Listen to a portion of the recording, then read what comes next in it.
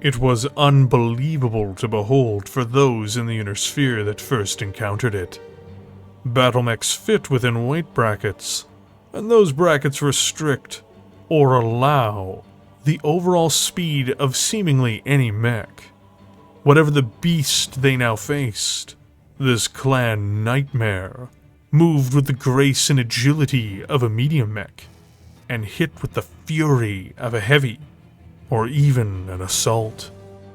During Operation Revival, the reality of these weight-based limitations would be shattered by the arrival of the machine in this video.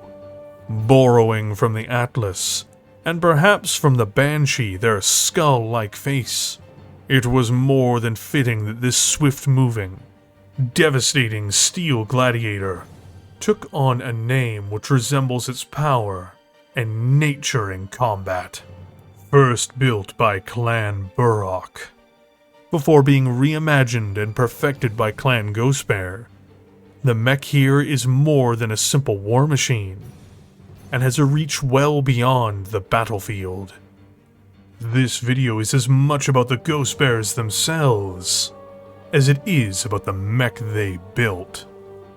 The Omnimech on display here would follow Clan Ghostbear on its journey from being a key Crusader clan before the invasion towards becoming a part of a grand societal experiment that perhaps saw a new dawn approaching for those trapped in clan society. And two, unfortunately, it was there for a grand recession into barbarism. One would be wise to tremble upon seeing this legendary clan assault mech approach. The Executioner.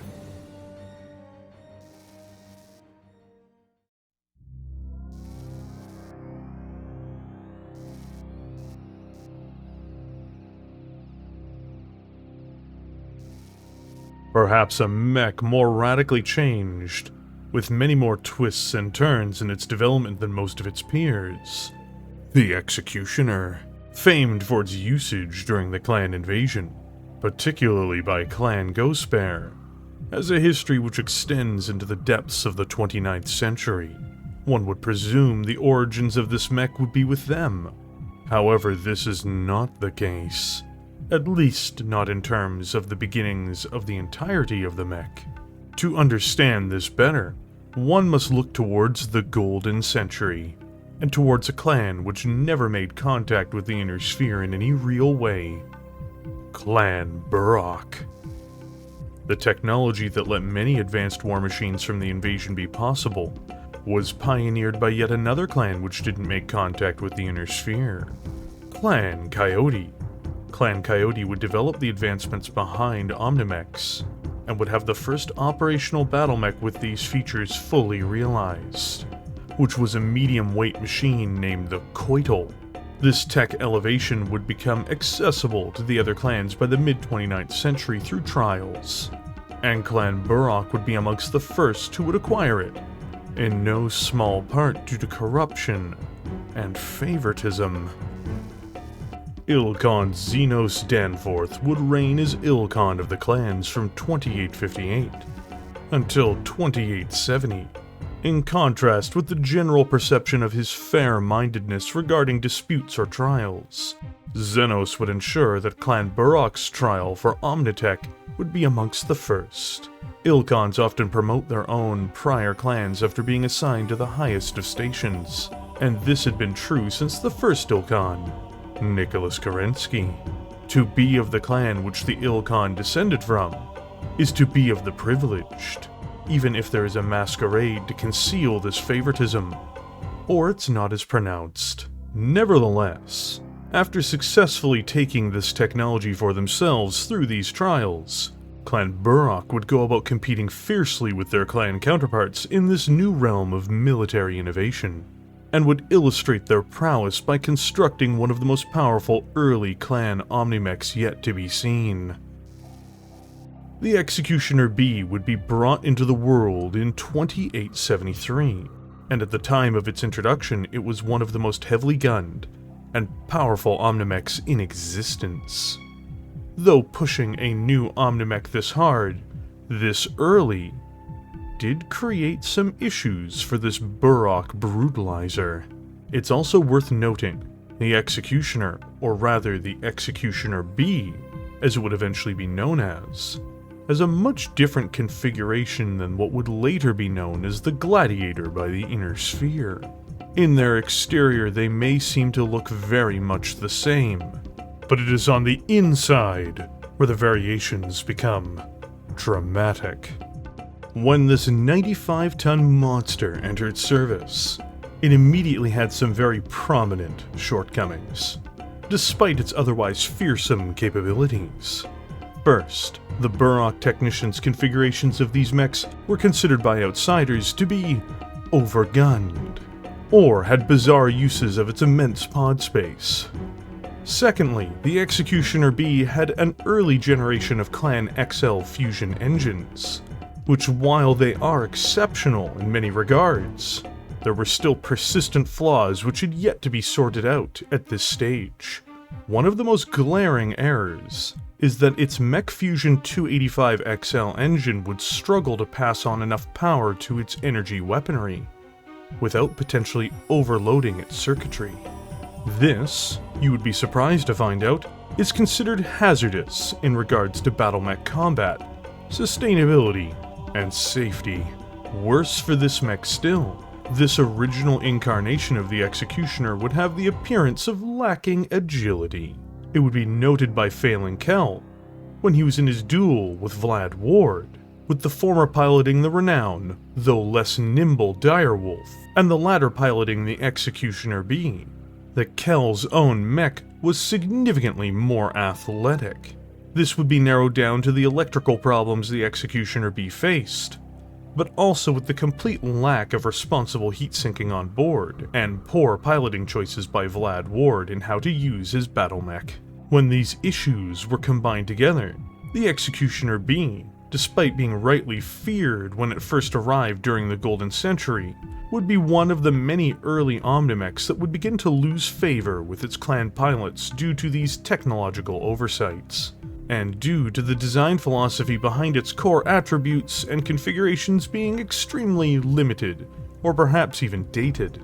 However, the fate of the Executioner would not be left in the hands of Clan Burrock, its creators. Instead, this mighty Battlemech would fall into the hands of Clan Ghostbear. In the latter portion of the 30th century, Ghostbear would be working on their own assault mech, and saw technical value in the Executioner. It was a 95-ton Omnimech, and one which at this time still had a reasonable reputation. The intent of the Ghostbears was never to actually manufacture these mechs themselves, or even make their own variant of them, but instead it was to take its Assault Omnipod technologies and incorporate them into their own project. A trial would be waged between Clan Ghostbear and Burrock for the right to the specifications and technologies behind the Executioner, at some point in the 2990s. This trial would be forgotten in terms of the specific combatants or the story of the engagement, but the outcome of the battle is known.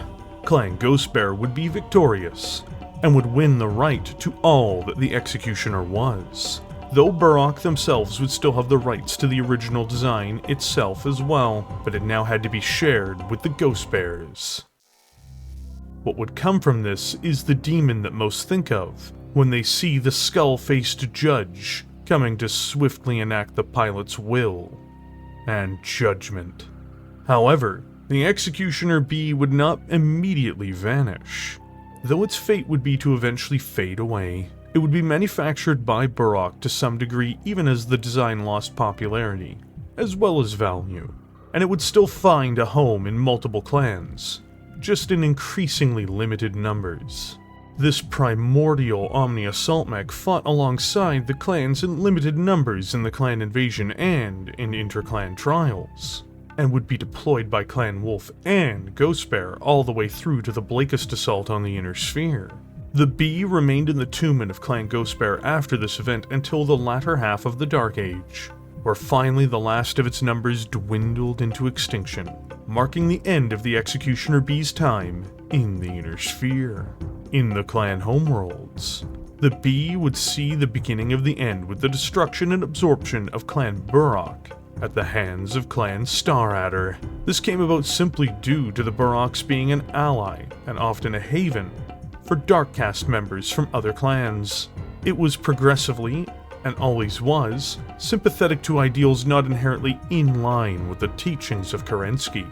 Though the Burrocks would consistently protest to the contrary, their ability to defend themselves from this allegation, time and time again, would wear thin, and in 3059, their time came to an end. Briefly, the clan would be revived in 3072, though it would be annihilated by Clan Staradder once more shortly afterwards, as the Survivors' Rebellion came to an end. The last of these giants, taken from its creators, served under the Serpentine clan, which would come to dominate the Kerensky cluster, before, much like its counterpart in the Inner Sphere, fading into the vastness of time. The Executioner Bee was replaced largely by increased numbers of blood asps. But the legacy of the Executioner Bee would live on, through its powerful and swift successor, the mech which would inherit the full name from it, the Executioner, which was crafted and remade by Clan Ghostbear.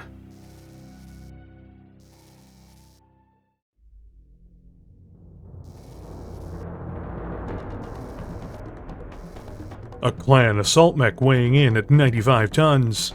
This early generation Omnimech from the 29th century has a series of questionable decisions in its core design. While still very dangerous, as clan Omnimechs often are, it simply has too many drawbacks to assess it as being strong. Clan Burrock created the general frame and outline of what would be a great war machine, but they themselves would never realize the chassis' full potential. The greatest virtue of its core features is its immense contribution of tonnage towards pod space. Omnimechs use pod space for various additional systems, and most importantly their weaponry, and these will determine the configurations which will be made for the mech. It also allows, in theory, for easier maintenance, but only if an advanced supply chain and infrastructure are in place. In total, the Executioner Bee has a volume of 47 tons available for this, and that is extremely lethal, making it almost as heavily gunned as the legendary Direwolf.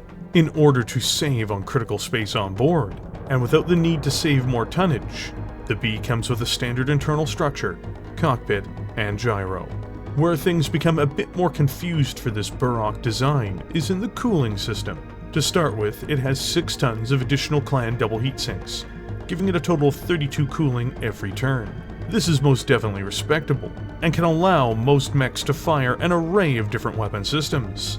This model does not have an insubstantial amount of sinks on board, despite rumors surrounding it for the most part, but it does require one to not be overzealous with its weaponry. For electronic systems, this Battlemech comes with a consolidated BM3-CC communications package, and a Series 3 GB targeting and tracking system. Neither of these provide the Executioner Bee with any additional traits. When it comes to quirks, it has the reasonable distracting quirk, implying to the fear it may cause in others upon seeing it. It also has the poor performance quirk. The latter is crippling when using the advanced rules. It also reflects the poor performance of its early engine and power load it can handle. Without any doubt, this latter trait ensures that this mech has real drawbacks. While the next Executioner, the one manufactured by Clan Ghostbear, is known for its incredible movement, this early rendition is far from this reputation. It moves at the same pace as a traditional Inner Sphere assault mech such as the Stalker or Atlas, which is by no means an overt weakness when not playing with the advanced rules, but should temper expectations regarding its mobility.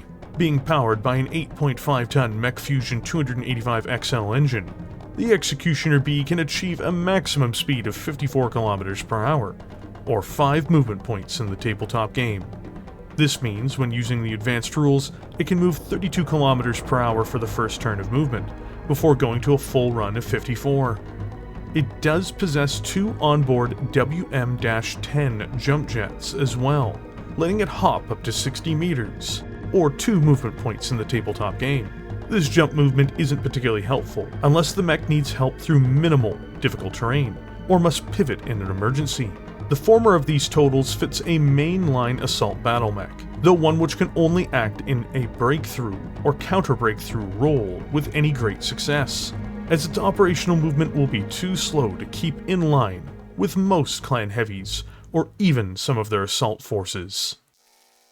Regardless of not investing a significant portion of its tonnage into armored protection, Clan Feral Fibers once more comes to the rescue for a design, and makes the Executioner Bee an exceptionally hardy war machine.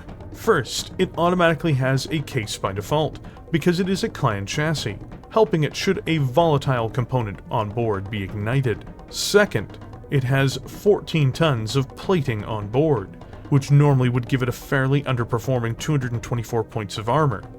However, due to its clan tech plating, which does take up critical space on board, the Executioner Bee has a very reasonable 268 points of armor instead. This makes it durable enough to take on most adversaries it comes up against, with even heavily plated assaults like the Direwolf or Atlas having only 36 more points of armor overall, which while that does matter, it is not the nightmarish difference of a full 80 points of armor. So, while the Bee does prioritize firepower, its advanced composition, even for a mech built as early on as it is, gives it the vital ability to increase its protection to acceptable levels. Ironically, the Prime doesn't appear to have as much of a heat problem as one might imagine. In fact, most configurations aren't blazingly hot, which does make one question its official commentary about poor heatsink systems, unless this implication is more about the quality of their production over its raw stat values. As its profile does specifically state, few standard configurations exist, and most tend to overheat heavily. The Prime configuration installs an extra double heatsink, bringing its cooling total to 34. This is mostly adequate for the types of engagements that this mech is expected to participate in. To start with its weaponry, it has twin large pulse lasers in the right arm and an ER-PPC in the left torso. These hit incredibly hard and make up its long-range energy capabilities. The large pulse lasers do as much damage as an inner sphere PPC and are viciously accurate. The ER-PPC does even more damage, and can potentially head-clip targets. If it runs and fires these weapons, it will also notably barely overheat. It then proceeds to back these up with 2 Ultra AC2 autocannons in the right torso, which are almost irrelevant when fighting other battlemechs, but have some use against aircraft and vehicles. It does have 90 rounds of ammunition on board in totality for the 2 cannons to chew through though. The main course is its close-range knockout blow, in the form of an Ultra AC-20 autocannon. This weapon does catastrophic levels of damage, and is mounted in the left arm. It has 20 rounds of ammunition, meaning 10 shots at its full rate of fire. If it fires this along with its energy weaponry, it will overheat, but it's not really meant to work with all of these other systems simultaneously anyway, given its very restricted range bracket and ammunition total. Firing this cannon, along with both of its large pulse lasers and the ER-PPC, is the height of foolishness. One would deserve the punishing levels of overheat for doing so. Simply put, you should just not fire the PPC under this circumstance. All in all, the Prime of the Executioner Bee is very dangerous as far as breakthrough mechs are concerned, embodying a slow-moving colossus with supreme firepower. Although it must be managed carefully, or it will be isolated and destroyed by faster enemies.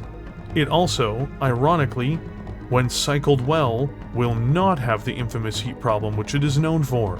Alpha striking is not the default state of fire. Heavily gunned and in the role of direct fire support, the Executioner Bee, Configuration Bee, is a powerful sniper platform using extremely long-ranged weaponry with devastating punch-through abilities. To help the system work, it also installs 2 extra double heat sinks. First, as far as its primary armaments are concerned, it has twin clan Gauss rifles, with 1 in each arm. and 40 rounds of ammunition between the two of them. These are exceptionally dangerous and run very cool. As a reminder, a Gauss rifle can instantly decapitate a mech upon hitting the head. To back these up, it has twin Clan ER large lasers, with one in each side torso. These go to extreme ranges, and do a respectable 10 damage each. It can fire these lasers and Gauss rifles together without any heat issues. Finally, for in-close defense, it has 4 Clan medium pulse lasers, split once more between the two side torsos. To be frank, ironically, this once again doesn't have a remarkable heat problem, unless the mech is managed poorly. Overall, the Bee is an exceptional variant of, well, the Bee. It will shred targets at range, and put them down at close proximity with accurate fire. There is only so much heat cycling that can be done. Installing 4 extra double heat sinks does extremely little to help alternate configuration C of the Gladiator Bee.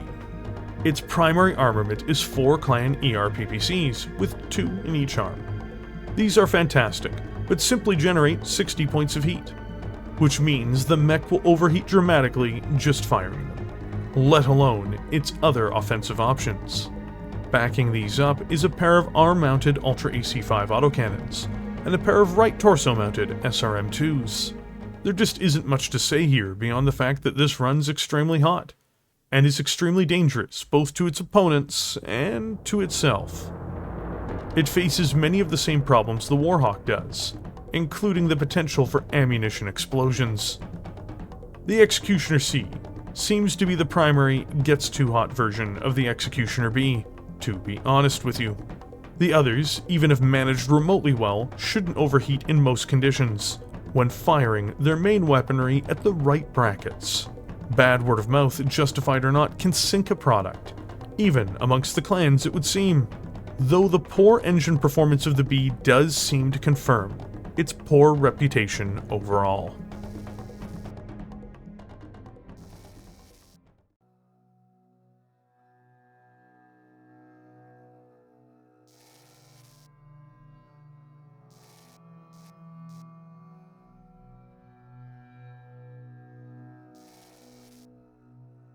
The general's intent was clearly stated: to depart and never return.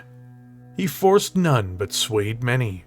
This compassionate, brilliant man had led thousands to victory, and he would again lead the long march. The Remembrance, Clan Ghostbearer, Passage 8, Verse 6, lines 12 through 17.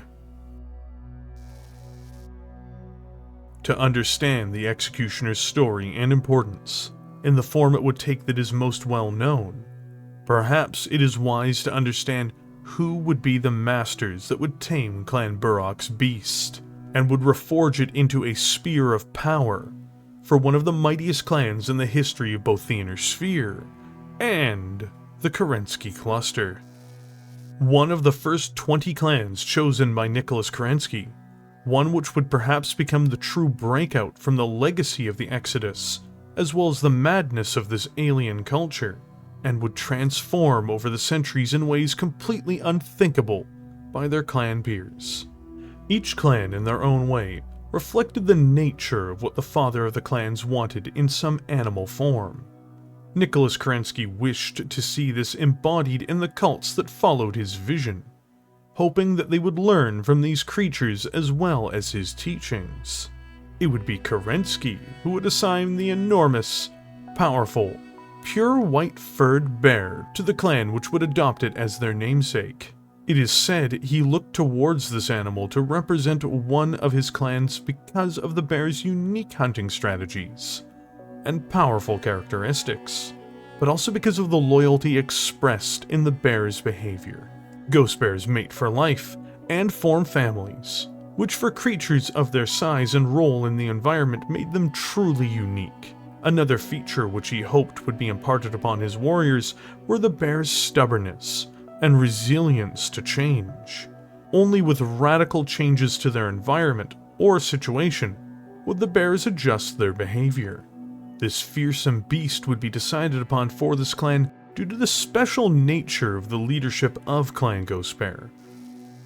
The husband and wife of Ole Jorgensen and Sandra Seng.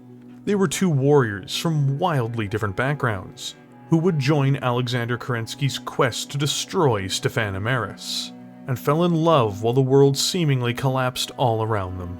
The pair would follow Kerensky into the first exodus, and then would be amongst those who resisted the mutiny aboard the Prince Eugen, and afterwards started a new life on the world of Babylon, where their only born child would die as the violence of the Pentagon Civil Wars exploded, as if it were an aftershock of the horror facing the inner sphere at the same instance.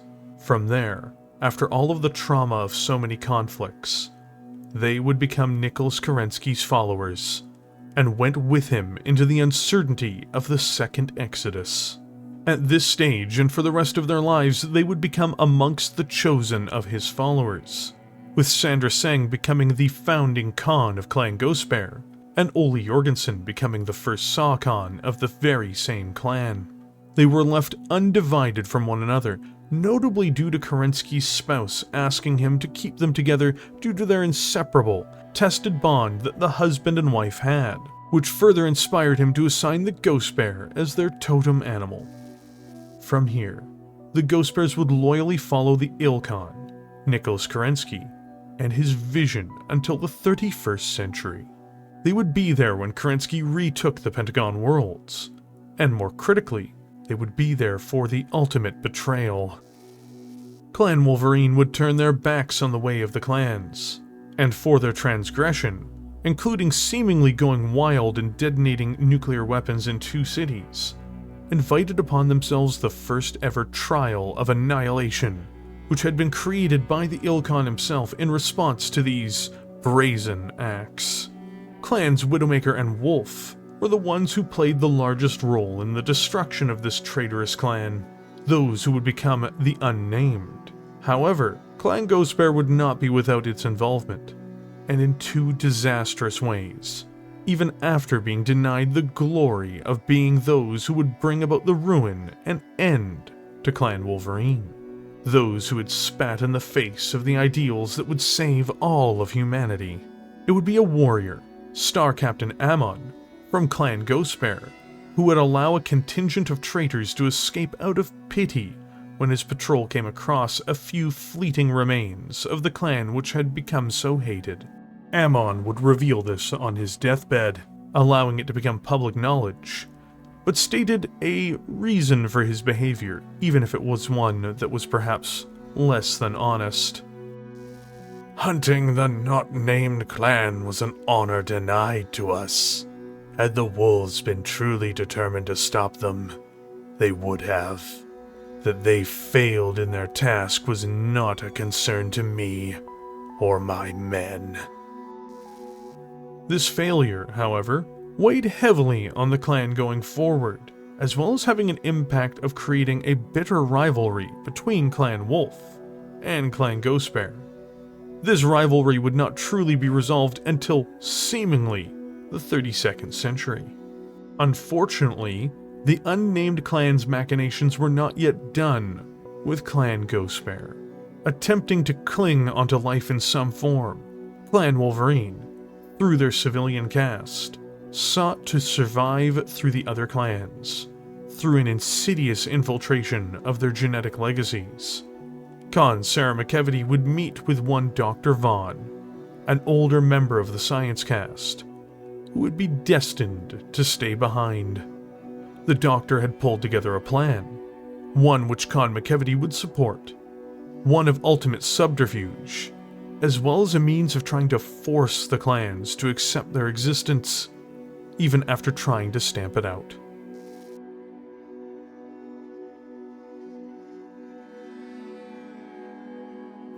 I looked over your plan, Doctor. There are risks. You would be taking the primary samples of the blood-named warriors with you. I would retain only a small amount of material, but I will ensure that the Wolverine warriors live on. You should not ignore the risks, Doctor. I am loyal to you, Khan McKevity. You understand our people and their freedoms. Nicholas seeks to ruin what vestiges of family life remains. My plan has risks, but in the end, it will work. You know that. If you are discovered, they will kill you. By the time they discovered what I intend to do, I will already be dead, and you and the rest of our people will be safe.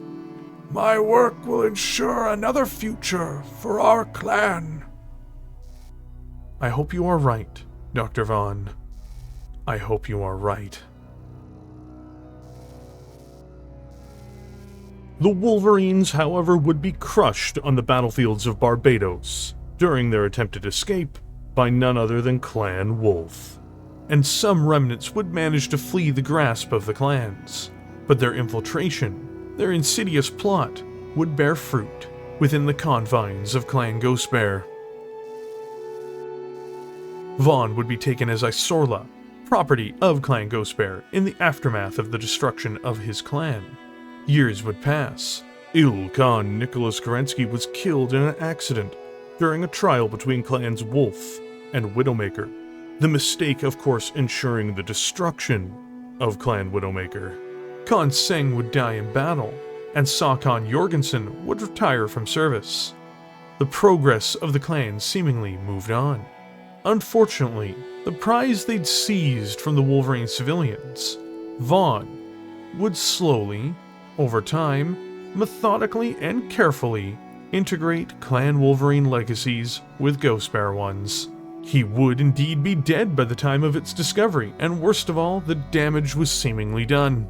In 2839, a large number of warriors had already been born through iron wounds, with the tainted genes. Vaughn had become one of their leading experts in only a short amount of time, and was given trust by the Bears due to his superb work. So, the scale of the betrayal was enormous. Nicholas Kerensky had stated no warriors of Clan Wolverine or their legacies would be allowed to live. These warriors and their genes would be found, and they would be brought to the parade plaza of Penn's Sibling Center on Arcadia. There, Khan Hans Jorgensen would be forced to enact the law.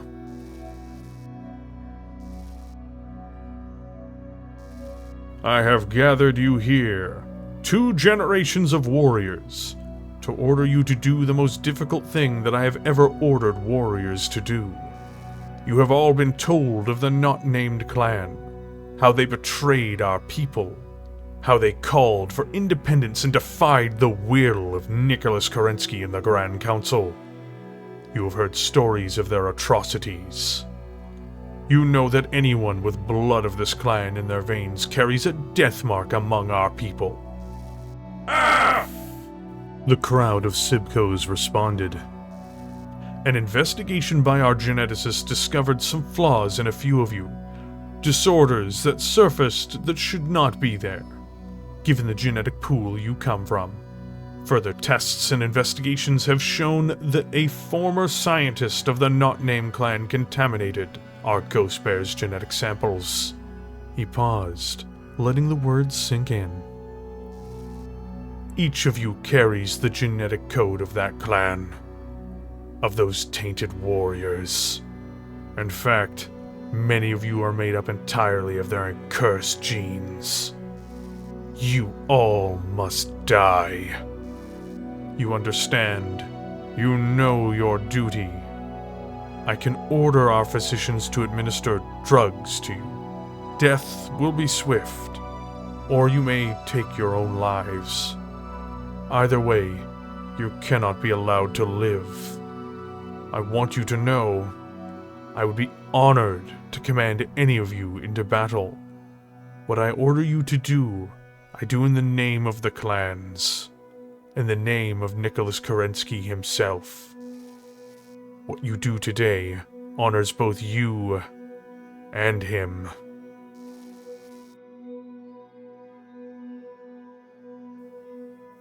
Every Sibco within the parade plaza drew their sidearm, most showing no emotion as they did so, and dispatched themselves.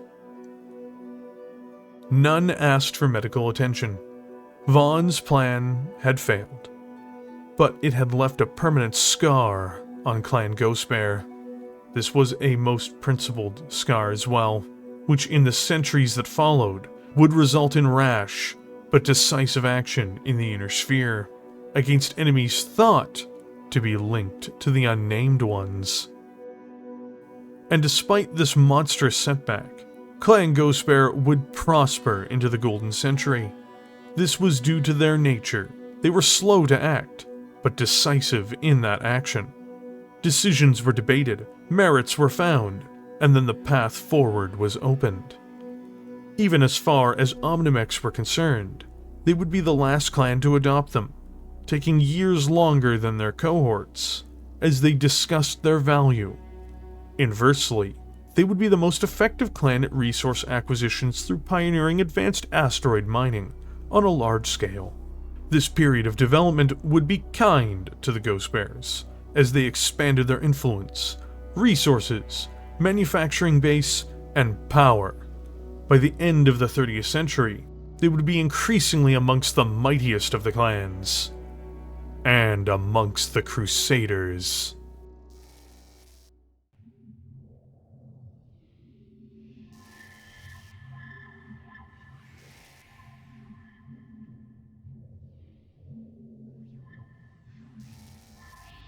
The Golden Century was an era of immense levels of innovations, and not simply in the realm of Omnimech technologies.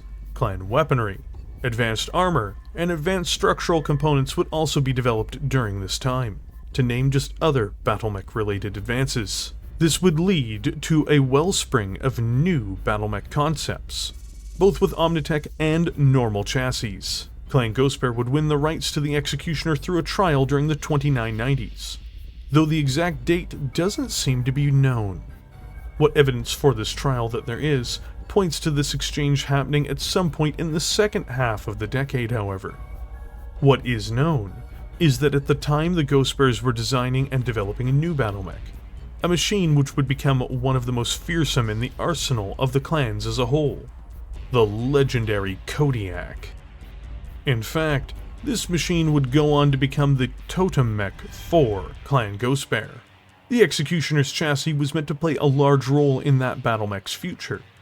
The Bears had originally intended to merge this huge, humanoid Battlemech with the Kodiak to turn this in-development colossus into a fast-paced Omnimech. At the time this was happening, there were few mechs like the Executioner to learn from in order to achieve this, and with this design in their hands, the Bears and their civilian casts seemed to have all they needed. It is interesting that they never had the direct inclination to build the Executioner itself, at least at first. An unexpected and dire flaw with the myomers and internal structure of the test stage Kodiak Battlemech would entirely put the situation on its head. The hybrid design was slated to have mask, and to be empowered by the large, powerful 400XL engine which the Kodiak is known for. This was found to be impossible in the chassis, regardless of their best attempts and efforts. This meant that teams of engineers and scientists working on the project were faced with a disastrous dilemma. One, they could attempt to make a compromised Omnimech design of the Kodiak, not fulfilling the entirety of their vision, or as an alternative, they could divide the project into two. One of these would be a powerful Omnimech, and the other would be the spirit totem of Clan Ghostbear, but would be in the form of a powerful second-line mech. The Clan Council of Ghostbear would opt for the latter, and allowed for the creation of two mighty assault mechs.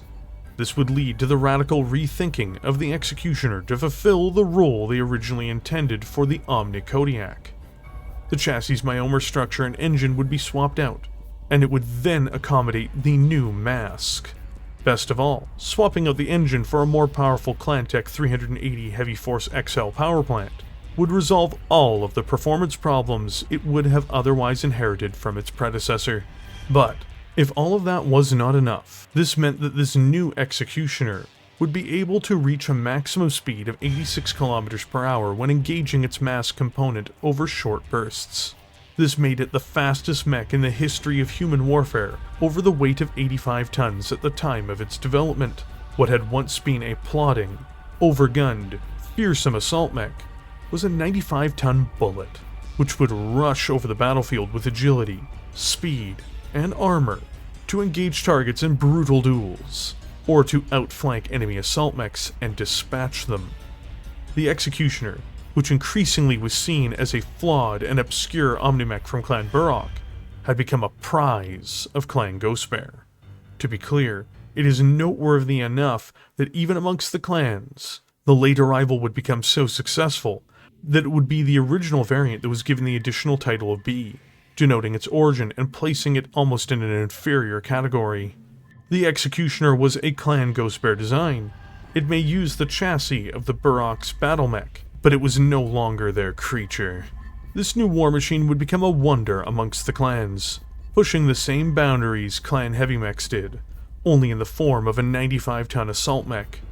In fact, even in its opening usage, which was a trial of possession between Clan Hell's Horses and Clan Ghostbear, Star Captain Reginald Emerald in his Timberwolf would foolishly close to the Executioner's ideal range, where he would be forced to watch for a glimmer of a second as the assault mech leaped over him, before his mech was cut in two from behind by the nimble, yet devastating giant. Needless to say, the mech did have compromises in its concept, but it would find a popular home within the clans, especially in their trial-based military conflicts. It is considered one of the brightest stars in the inventories of Clan Ghostbear, from 3001, when it was first manufactured, all the way through to 3152. In the Ilclan era, this mechanical monster would show its value, and it would be a powerful bargaining chip with other clans when dealing in bartering or trials.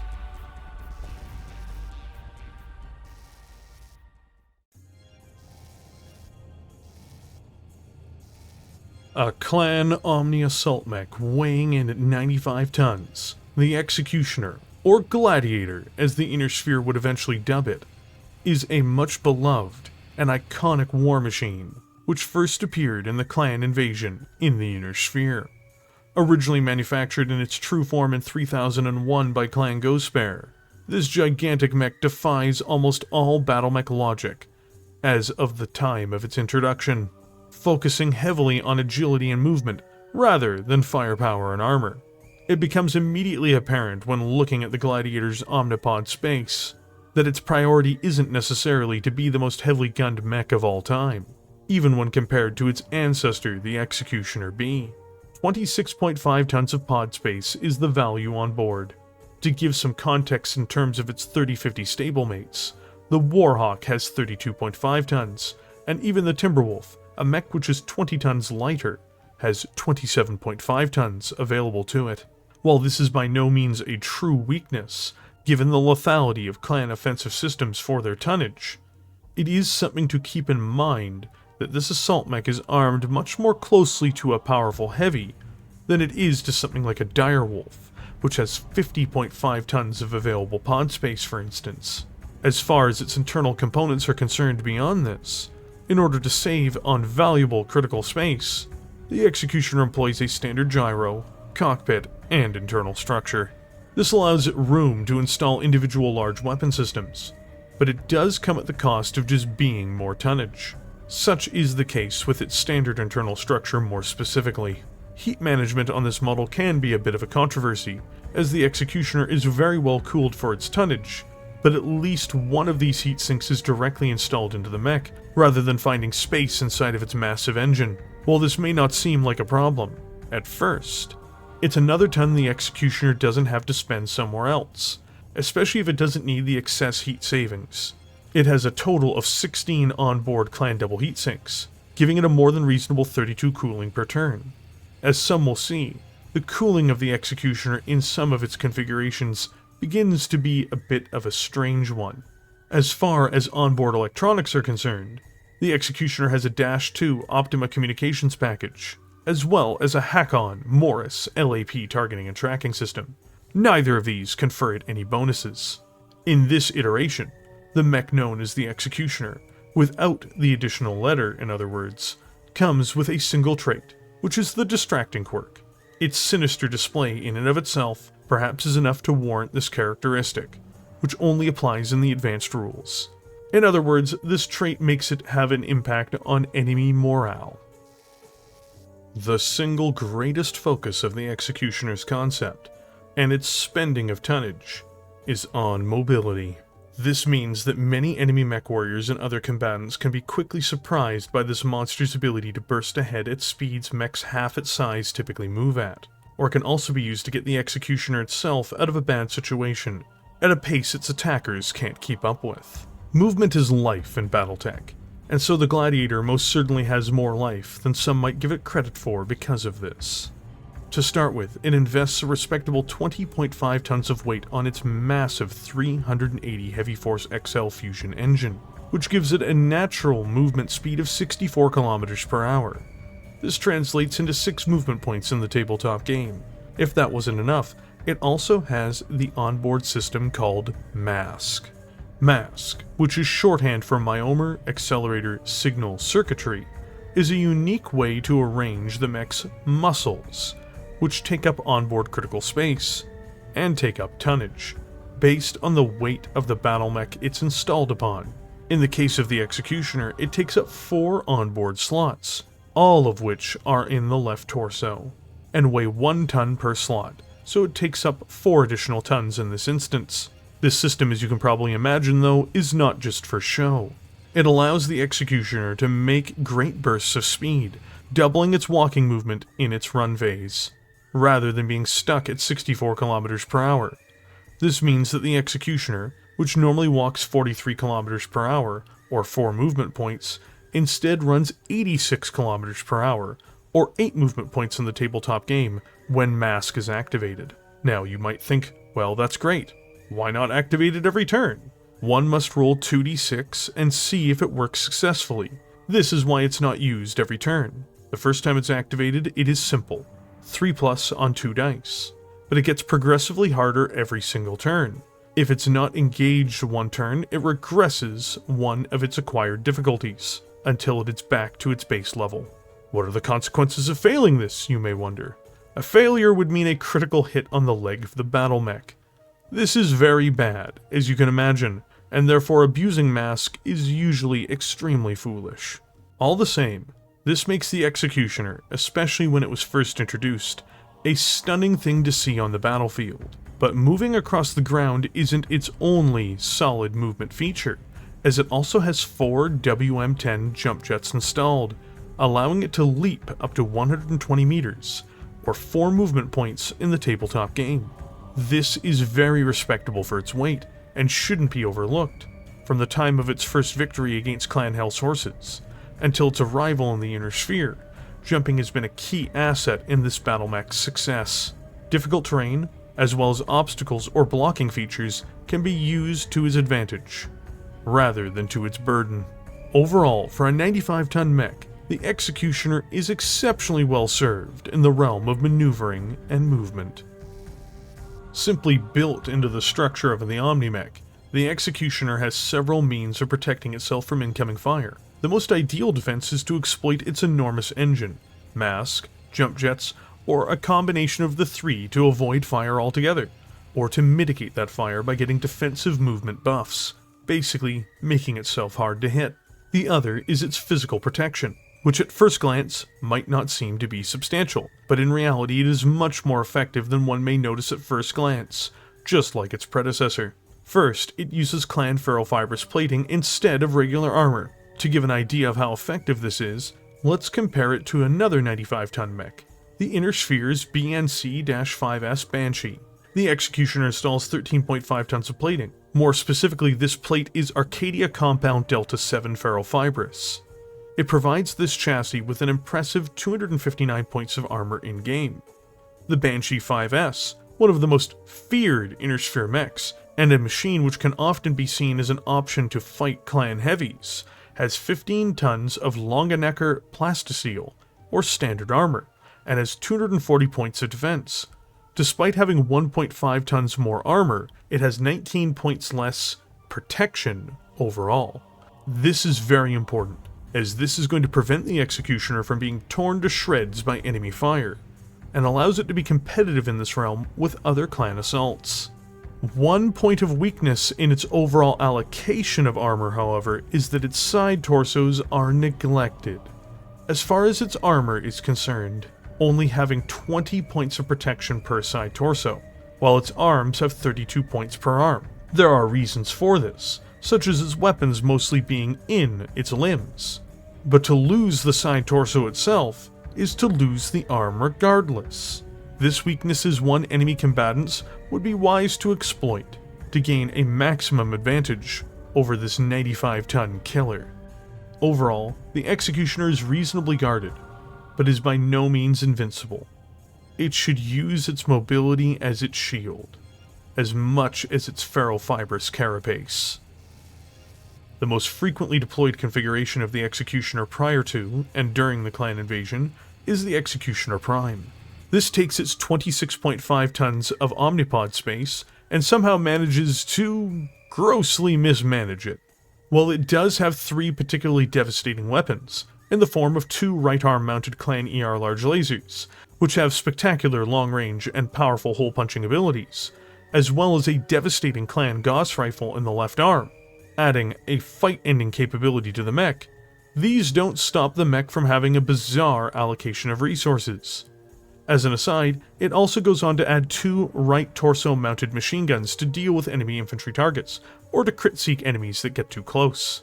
The Gauss rifle has 16 rounds of fire, and the machine guns have a massive 200. None of these are inherently the problem. It does make the Prime a tad undergunned, though it clearly falls into a sniping and direct fire harassment role at long ranges. The problem is, it installs 3 additional tons of double heat sinks, bringing its cooling total to 38. Why? If the Executioner jumps, it generates 4 points of heat. This is the most heat it can make during movement. If it fires its Gauss rifle with this, which is 1 point of heat, that will make 5. When factoring in its twin ER large lasers, which generate a massive 24 points of heat, we're now at 29. The base Omnimech chassis cools 32 every turn. Beyond being a niche feature for dealing with extreme environments, which would never be factored into a Prime model, this is perhaps the most bewildering waste of tonnage to be seen on almost any clan mech. It diminishes the Prime despite its overall virtues, and it does have them. It can lean into its speed, firing its 3 heavy weapons from long range, and moving in for the kill as it is needed once the target is damaged or crippled. All of its weapons have excellent range brackets, should the opponent try to close with it in the open, allowing the Gladiator to pick them apart while engaging in maneuvers to keep up its high-powered strikes before the enemy can get to their own best ranges.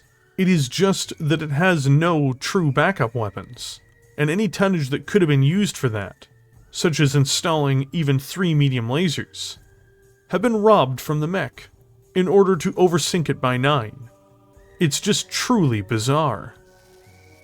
Arguably the most powerful configuration of the Executioner to be on the front lines of Operation Revival, and on the offense against the Inner Sphere, is the absolutely devastating Configuration A, which most certainly does make up for the bizarre elements of the Prime by contrast.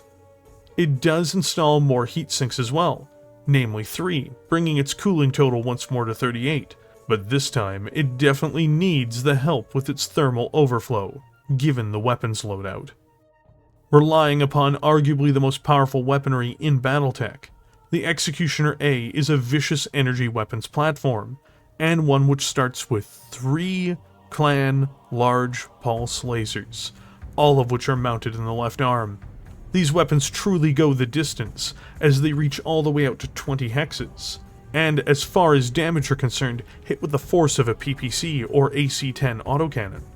More frighteningly yet, they have a 2 bonus to hit, meaning at long ranges they hit as though it's at medium range, and at medium range they hit as though they're at close range, and at close range, it's almost a sure strike on their targets. As if that weren't bad enough, it has a backup of 4 clan ER medium lasers in the right arm, each one hitting for almost the same damage as an Inner Sphere large laser.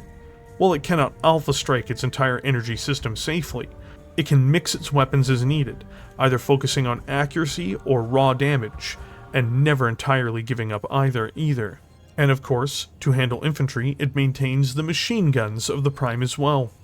The Executioner A is one of the deadliest machines of Revival, not because it's the most heavily gunned, but because it combines this accurate and heavy fire with the speed, armor, and maneuvering of the Executioner perfectly.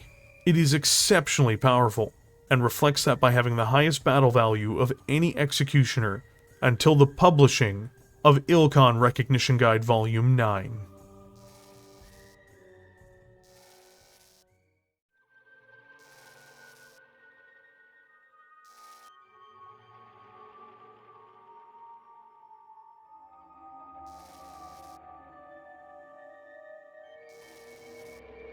Now is the time to prove what we all know to be true, that we shall conquer all. The Remembrance, Clan Ghostbear, Passage 155, Verse 2, Lines 45 through 48.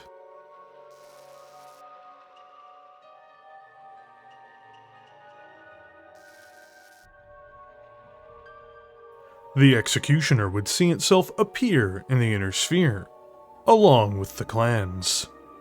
But the story as to how it arrived there is a winding one, extending past a 70-year time frame, and Clan Ghostbear played a key role in it.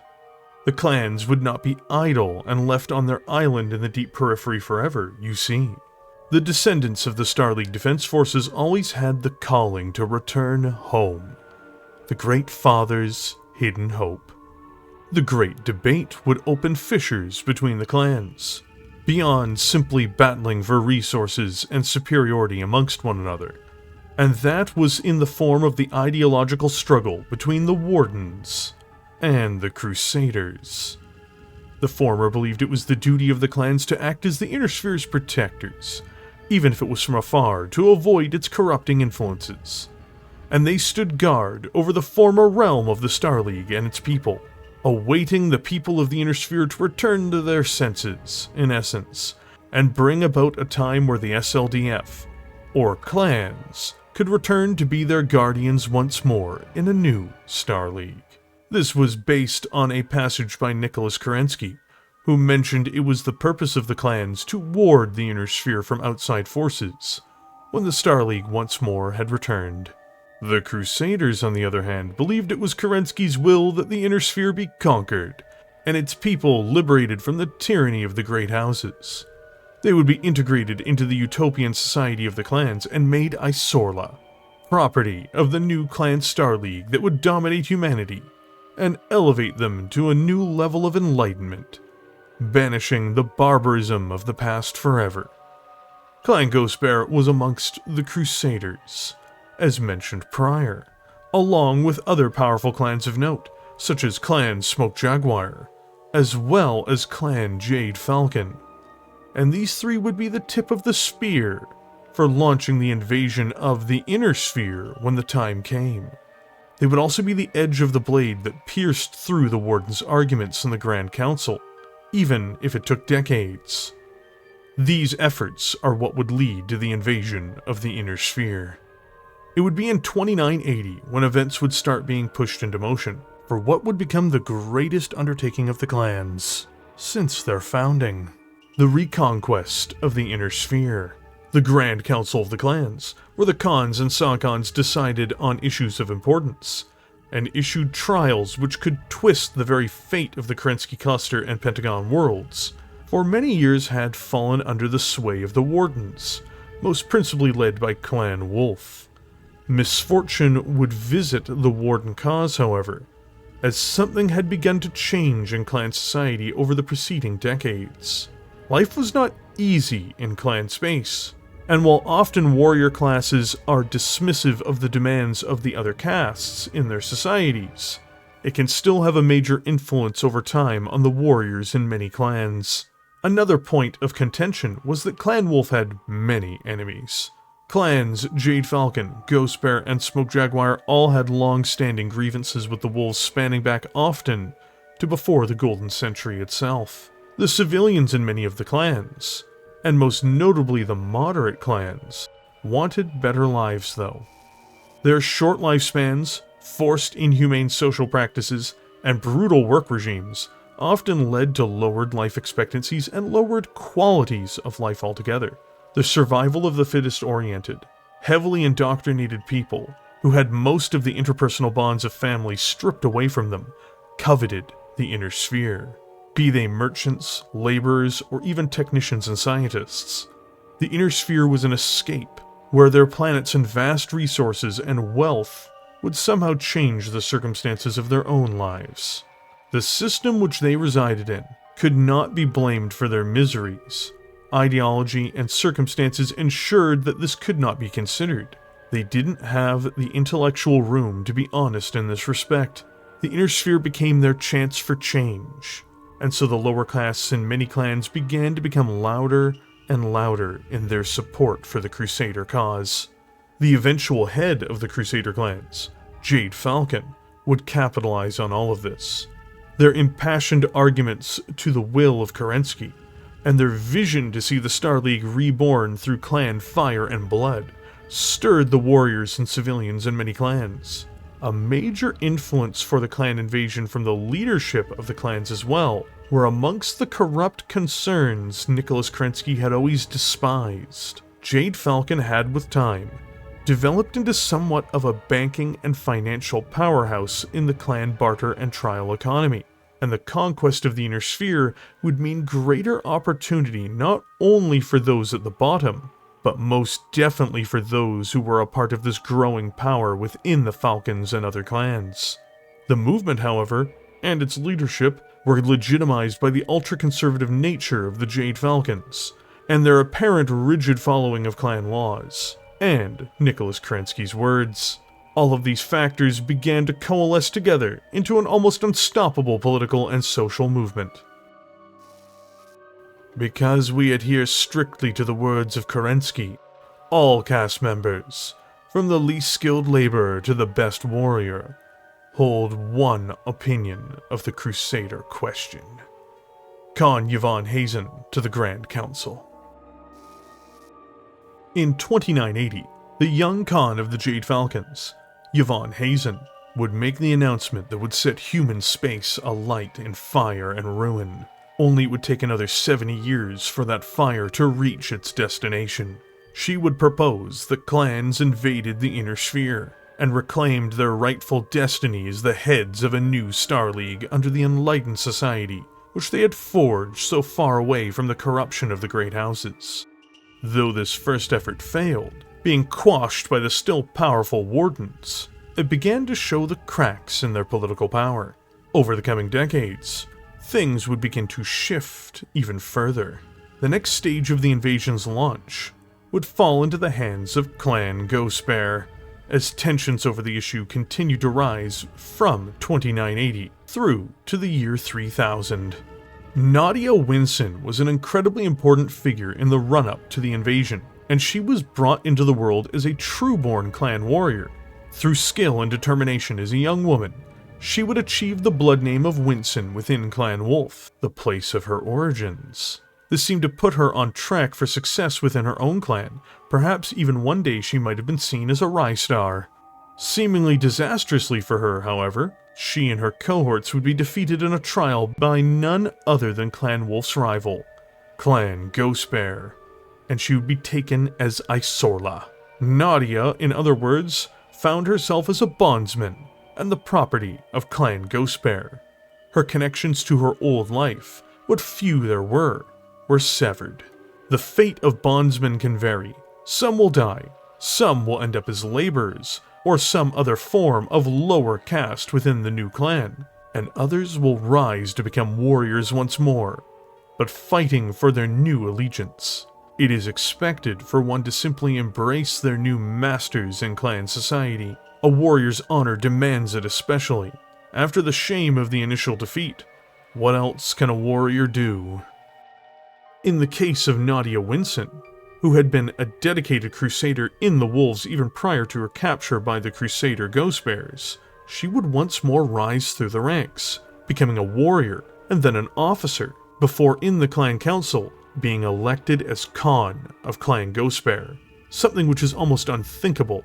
The bears themselves tended to have a preference to either elect from the Bloodhouse of Seng or Jorgensen, but during this process there were none of sufficient rank or support to stand for the conship after it was vacated. Nadia Winson, born of Clan Wolf, would become Con Nadia Winson of Clan Ghostbear as a result, and she would show much more aggression than one might think. In the year 3000, before the Clan Grand Council, she would display her own tendencies as a leader, fostered from her first home.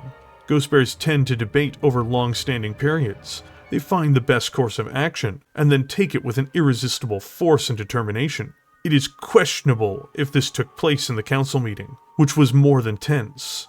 This is where Nadia would demand the invasion of the Inner Sphere. The vote she called finally broke through the 20-year gridlock, or stalemate that the wolves had put in place, which would result in the Crusaders finally, seemingly winning their goal. The vote confirmed by the Clan Grand Council that they would invade the Inner Sphere.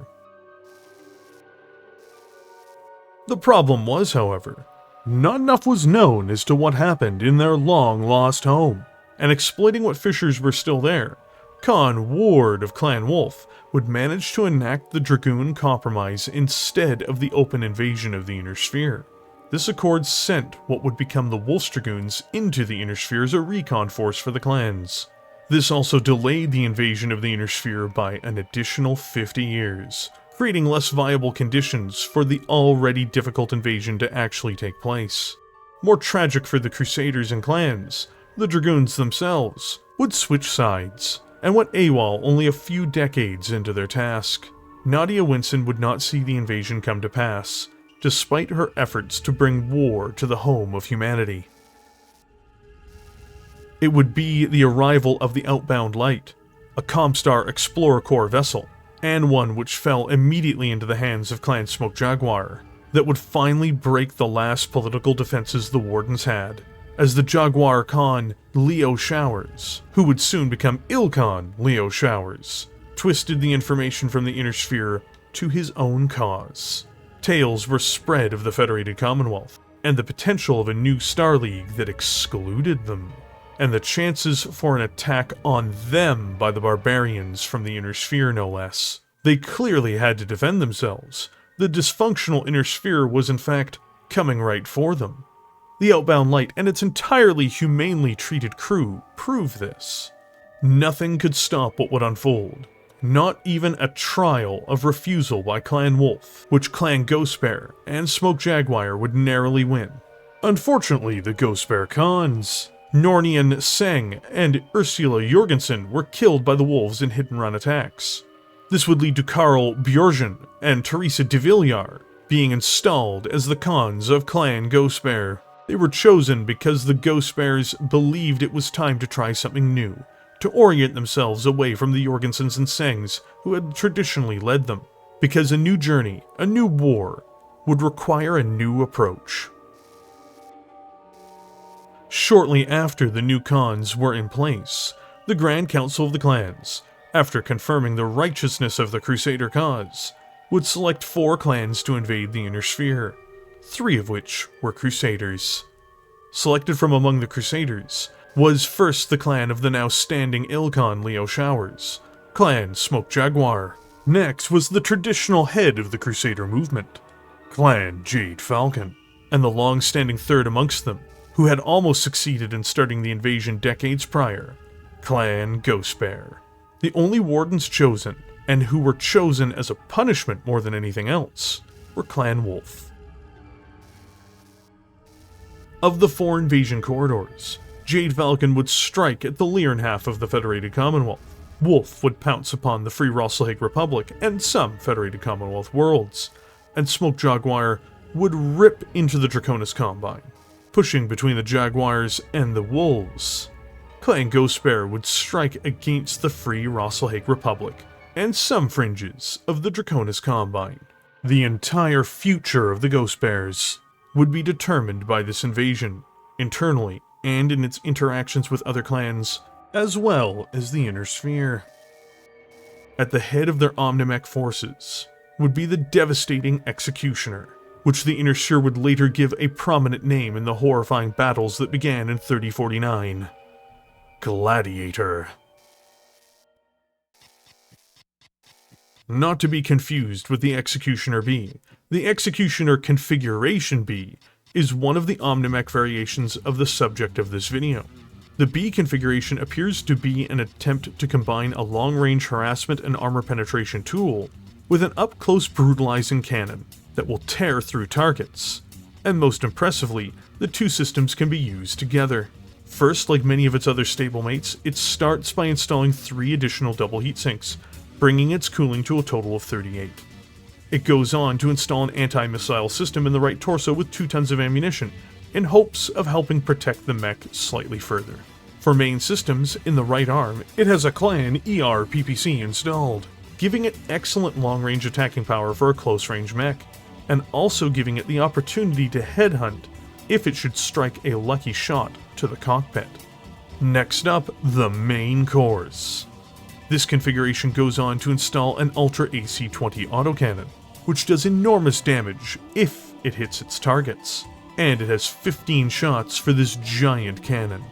The Executioner also has enough heat flexibility for it to fire both the autocannon and the ER-PPC in tandem, so it can deliver a solid set of major punches to an enemy mech at short ranges, with each confirmed hit potentially completely disabling the target. It also has a torso-mounted ER medium laser as a backup weapon, and this can be added to the symphony of fire at close ranges, without overheating the mech. The B does most of what it can with the Executioner's tonnage, while leaning into trying to disable or destroy targets with hammer blows, rather than a balanced approach. And it can also rely on the speed and agility of the Gladiator to make this all happen. It is a very intriguing, purpose-driven design on the battlefields of the Clan homeworlds, and the Clan Invasion era. Another Executioner built around the Ultra AC-20 autocannon. The C configuration is very similar to the B, though it does have a twist to it. First things first, its layout is very comparable to the B. The Ultra AC-20 is in the right arm instead of the left, and has the same volume of ammunition. It also has a backup laser in the form of an ER small laser, but instead of having a particle projection cannon, it has an LRM-20 with Artemis 4 fire control system. This provides great scatter damage to potentially hit regions which the AC-20 has done major damage to, accelerating the target's decline. It has 12 rounds of fire for this weapon as well. So far, this seems to be a mild change, and it is. But it also has something yet more important. Instead of having more heat sinks, the C has a targeting computer. This makes its weaponry more accurate by default, though the Ultra autocannon doesn't always benefit from every aspect of the targeting computer. Either way, this is a major boon to the configuration. The C's extra level of accuracy, especially when it gets in close, can make it an absolute killer.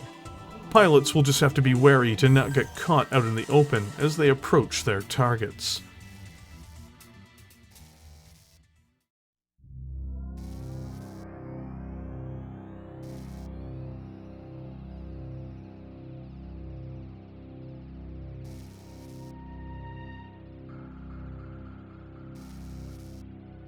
Now let the full fury of the Ghost Bear run wild. Now let his fangs bite and his claws rend. Now let him feast on the bodies of those who would hunt him. The Remembrance. Unknown Passage.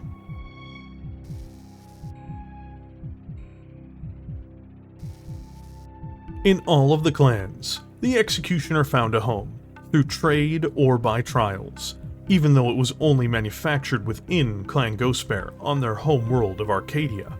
The Bears would employ it most extensively during Operation Revival, and the Inner Sphere would tremble upon seeing this 95-ton devil at the heart of many attacks on their worlds.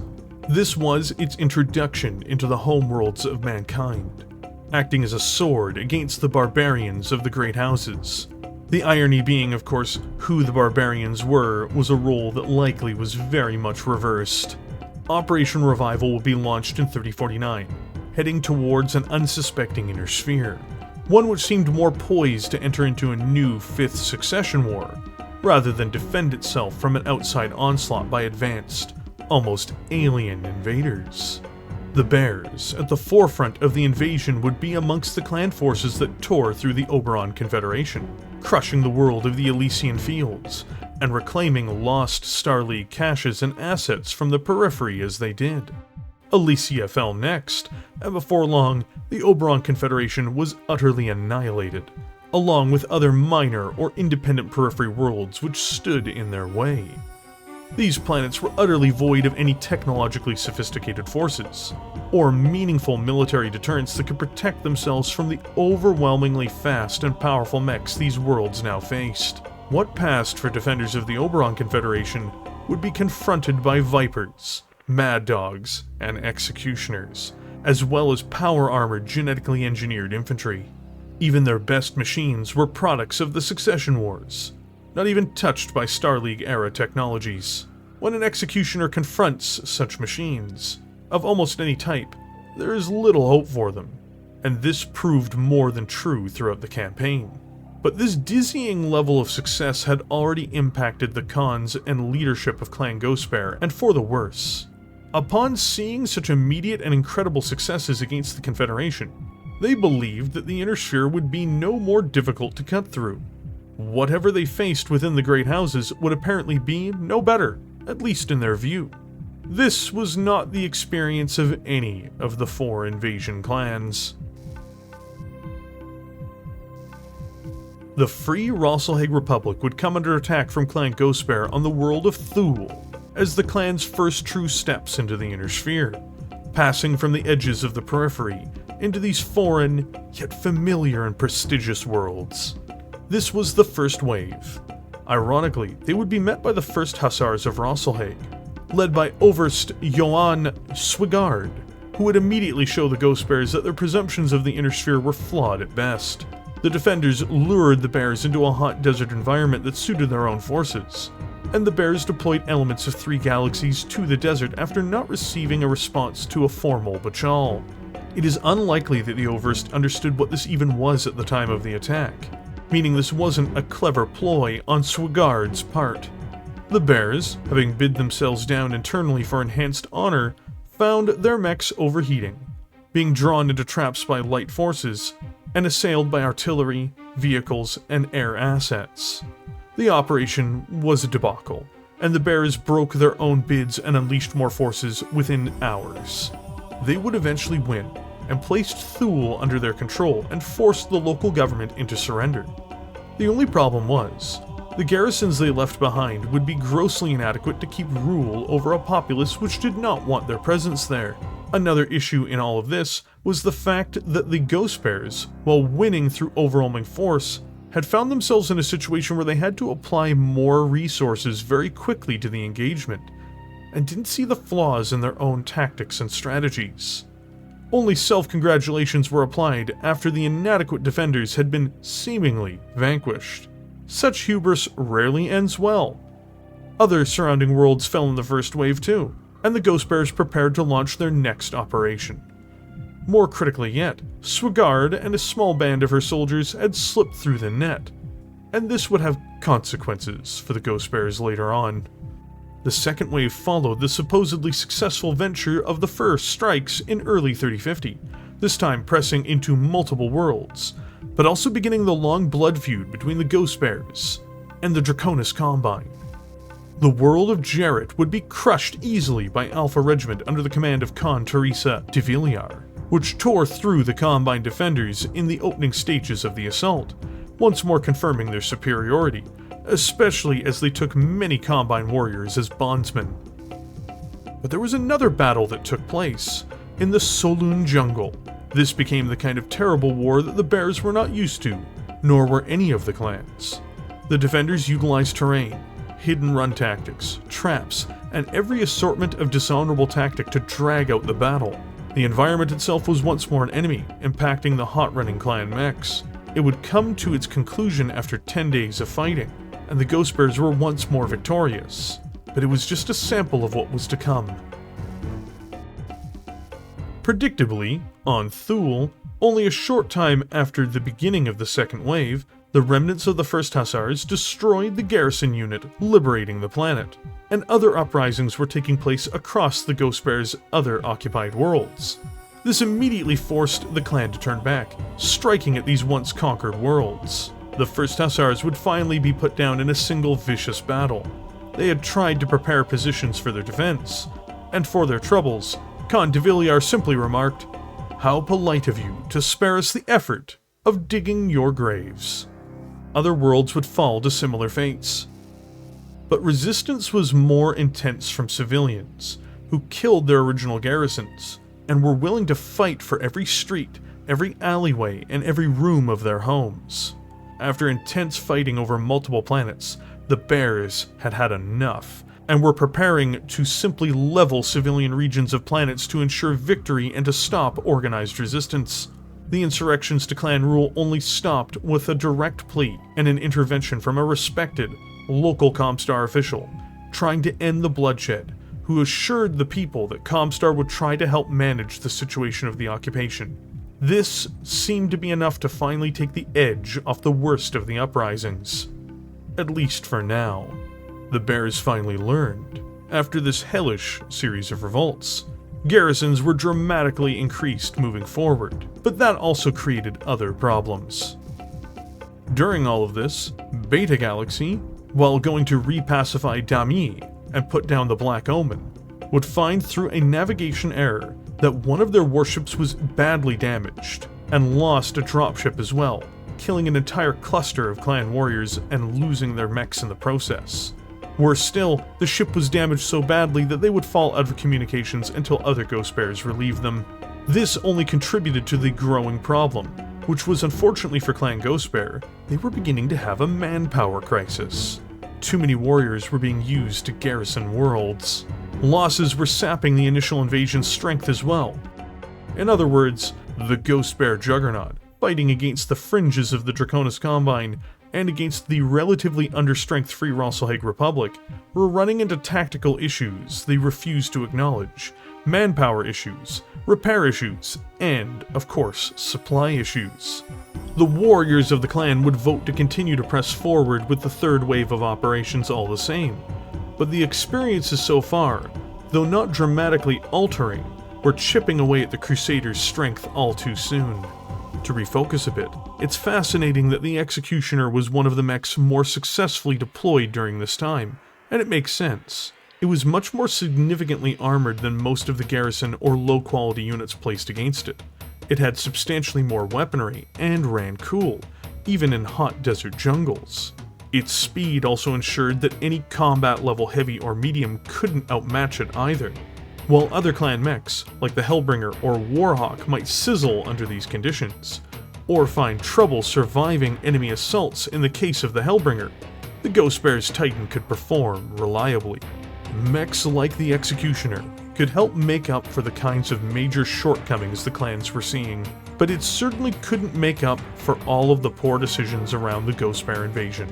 What's more interesting is at this stage of the invasion, the third wave, the Ghost Bears would be more or less gaslit into confronting their rivals, Clan Wolf.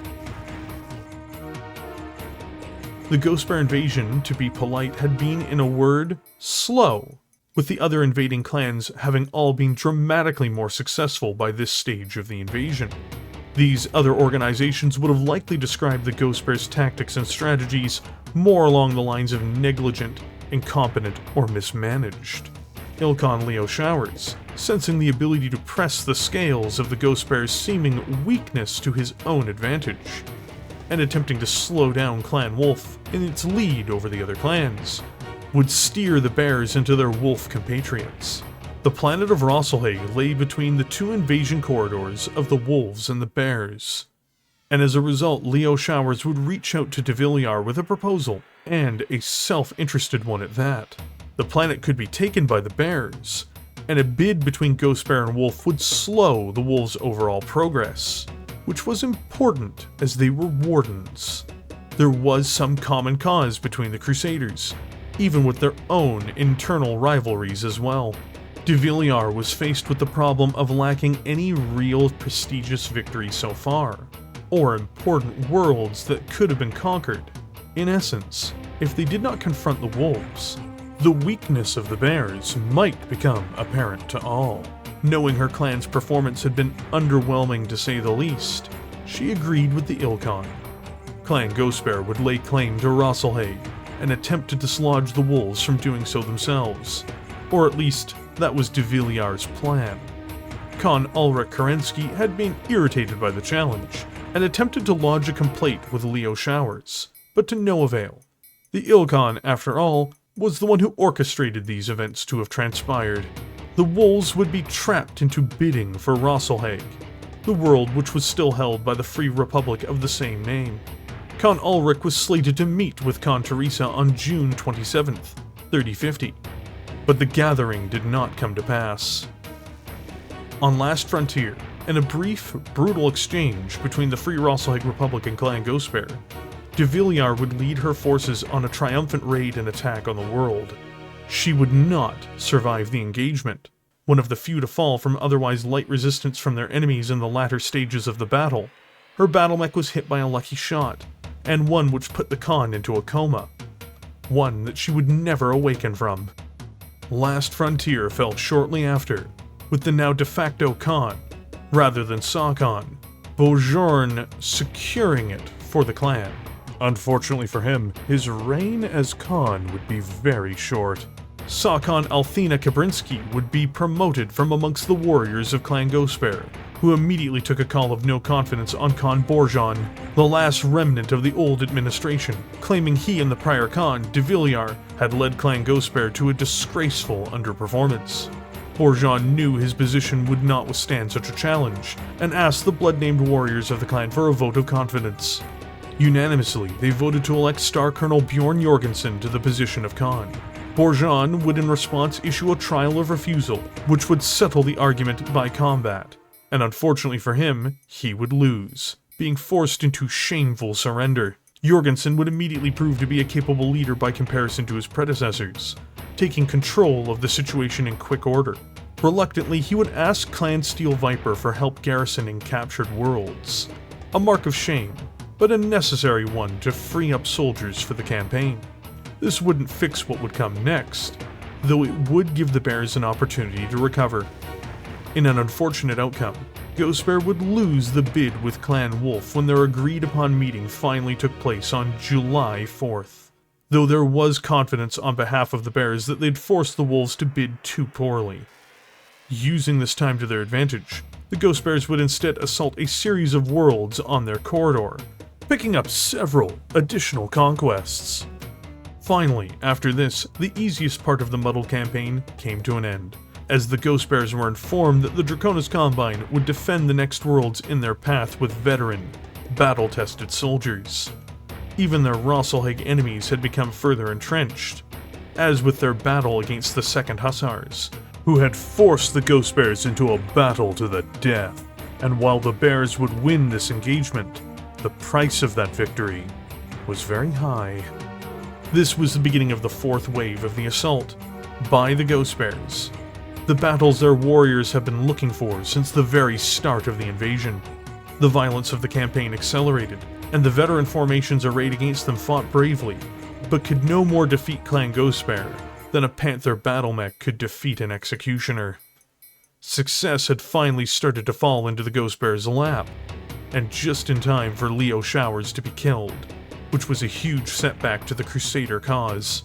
Their plans to place another Crusader on the Ilclan ship failed as well, with Ulrich Kerensky being named Ilclan in succession to Leo Showers.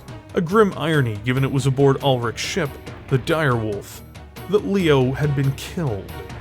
As a gesture of good faith, Ulrich opted to not assign a reinforcement clan to the Ghostbears, though Diamond Shark did in essence become their minders, if only briefly. When the bears returned to the Inner Sphere, this was understood to be a gesture of good faith, even if their preference at the time had been to have a Crusader Khan. The 5th and final large-scale attack by the bears would be initiated upon their return. At first, they would catch their opposition off guard. which were increasingly from the Draconis Combine. After taking the first worlds in their path, notably Thessalonica, a planet which took a great deal of effort to secure, the bears prepared themselves to strike at the district capital of the dragon, Alshane. Much like the Rasalhague periphery forces prior, despite their superior quality of training and equipment in comparison to these prior, lesser opponents of the clans, the Draconis Combine at this stage of the war had little that could handle heavier Omnimechs, beyond positioning, ambushes, and luck. In all of the fighting so far, when clan clusters arrived, often led by popular mechs like the Executioner, the battle's outcomes were already known, barring upsets, rebellions, or accidents. But the real test for all of these Battlemechs, and the elite Mechwarriors that piloted them, would be the major engagement, which was to come. The Ghost Bears campaign drove ahead towards one of the jewels of the Draconis Combine, and this would set the stage for not just the future of the clan invasion, but future relations between the bear and the dragon. Alshane was the center of the Combine's military district of the same name, in essence, its province, or duchy. It was defended by several regiments, including the elite 2nd Sword of Light Regiment, as well as the 6 Alshane regulars. The fighting from the very start was intense. Sakon Kabrinsky had organized the attack herself, and would employ the whole of Alpha Galaxy in the attack. Dividing up her forces to meet the 2 main battle-hardened formations on planet, things would start with an inconclusive bloodletting. The 3rd Bear's Guards and the 15th Strike Cluster found that their entanglement with the 2nd Swords of Light borderlined on useless, and were rapidly reassigned to help deal with the Alshane regulars instead. For the defenders, they attempted to follow the strategies devised by Kurita Theodore, having been developed based on engagements with the Smoke Jaguars. The Combine forces inflicted massive damage on clan warriors who tried to dislodge them. As a result, they kept mobile, they hid from enemy fire, and when confronted directly, they focused fire at the right moment. At every turn, this would see the Ghost Bears frustrated, bruised, and battered for their trouble. But the defenders were still paying a price every time the 2 sides exchanged fire. It was like watching a great Ursus try to break into a beehive, being stung for its troubles, but coming back for more all the same. Fighting would eventually lead into a network of canyons and rocky regions, which were perfect features to defend against their clan opposition. Ambushes were discovered by forward elementals in the canyons, which uncovered cleverly disguised explosives meant to bury clan mechs in tons of rock. This was an experience all clanners had dealt with up until this point by this stage of Operation Revival, and had started to become wiser to it. But it slowed the combat for the vital region all the same, turning the affair increasingly into a grinding slog for both sides. Worse still, at one point, appearing to be on the cusp of a breakthrough, while flanking, 2 Ghost Bear units collided with one another, opening fire on friendlies as if they were enemies. In the confusion, the Combine defenders slipped away and repositioned, giving up a key position, but that was all seemingly part of the plot. At this point, the Combine launched a wave of lighter, jump-capable mechs through the canyons and hills to achieve a victory through surprise and speed, and only found instead that Ghost Bear mediums, often led by brutal executioners, could keep up with them, and could traverse the canyons just as well, if not better, than their Combine counterparts. Few of the DCMS warriors in this battle of cat and mouse would survive direct encounters with these. This jump campaign was a part of an even greater massive counterattack that was directed into the bears at the end of this desperate engagement in the canyons. But the bears would survive this onslaught from their Sword of Light adversaries, though at the cost of a full trinary at the crescendo of the battle. This assault, however, was the last great effort by the Combine to achieve any real victory on Alshane. The 2nd would retreat, and the remaining Combine militias and forces held back the Ghost Bears from several of their own offenses. The Alshane 6th and the Swords of Light were no longer able to conduct offensive operations.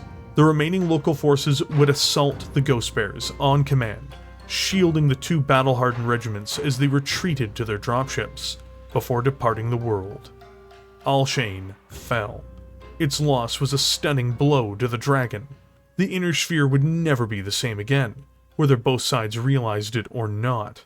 Tukid would come shortly after, Although in contrast to the overall result, Clans Ghostbear and Wolf won their own battles on the surface of the world. The defeat on Tukiad, delivered by Comstar in 3052, would end the initial invasion. 15 years of a ceasefire were enforced. Only 8 years later, Clan Smoke Jaguar would be annihilated, and all of their holdings would be returned to the Dragon in the Inner Sphere after Operation Bulldog. For the Executioner, this campaign was really a journey, one which started in the clan homeworlds under the stewardship of Clan Ghostbear, and now ended on the surface of Alshane, in a clan whose priorities had changed as much as their leadership. The world shifted and transformed. It had a new reality now. For the Inner Sphere, that reality now included Clan Ghostbear and its Executioner.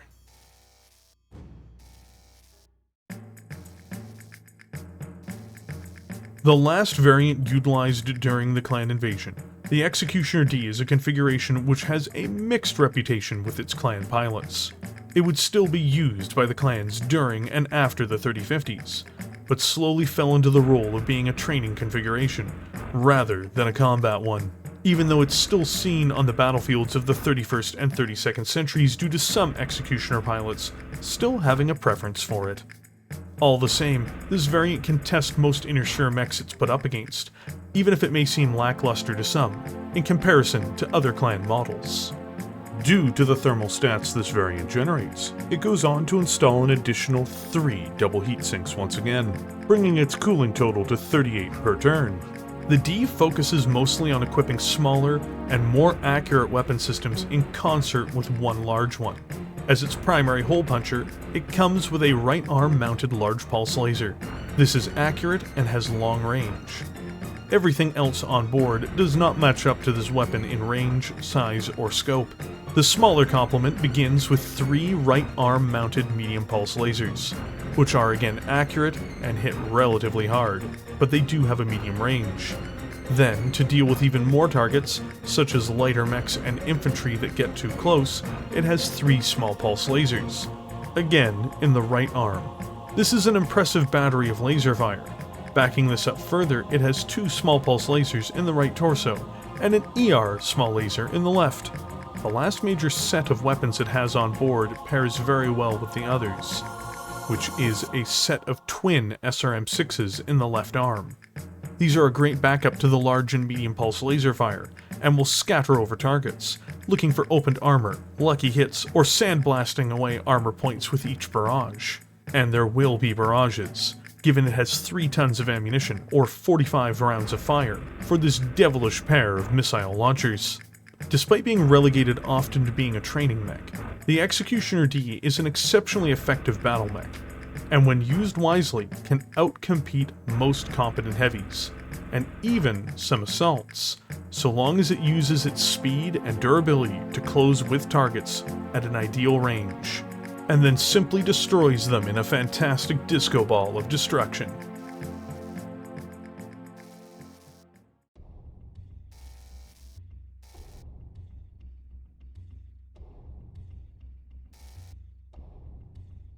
Changes at the leadership level of Clan Ghostbear had more of an impact than simply accelerating the invasion, or the famously poor performing Ghostbears near the beginning of the campaign.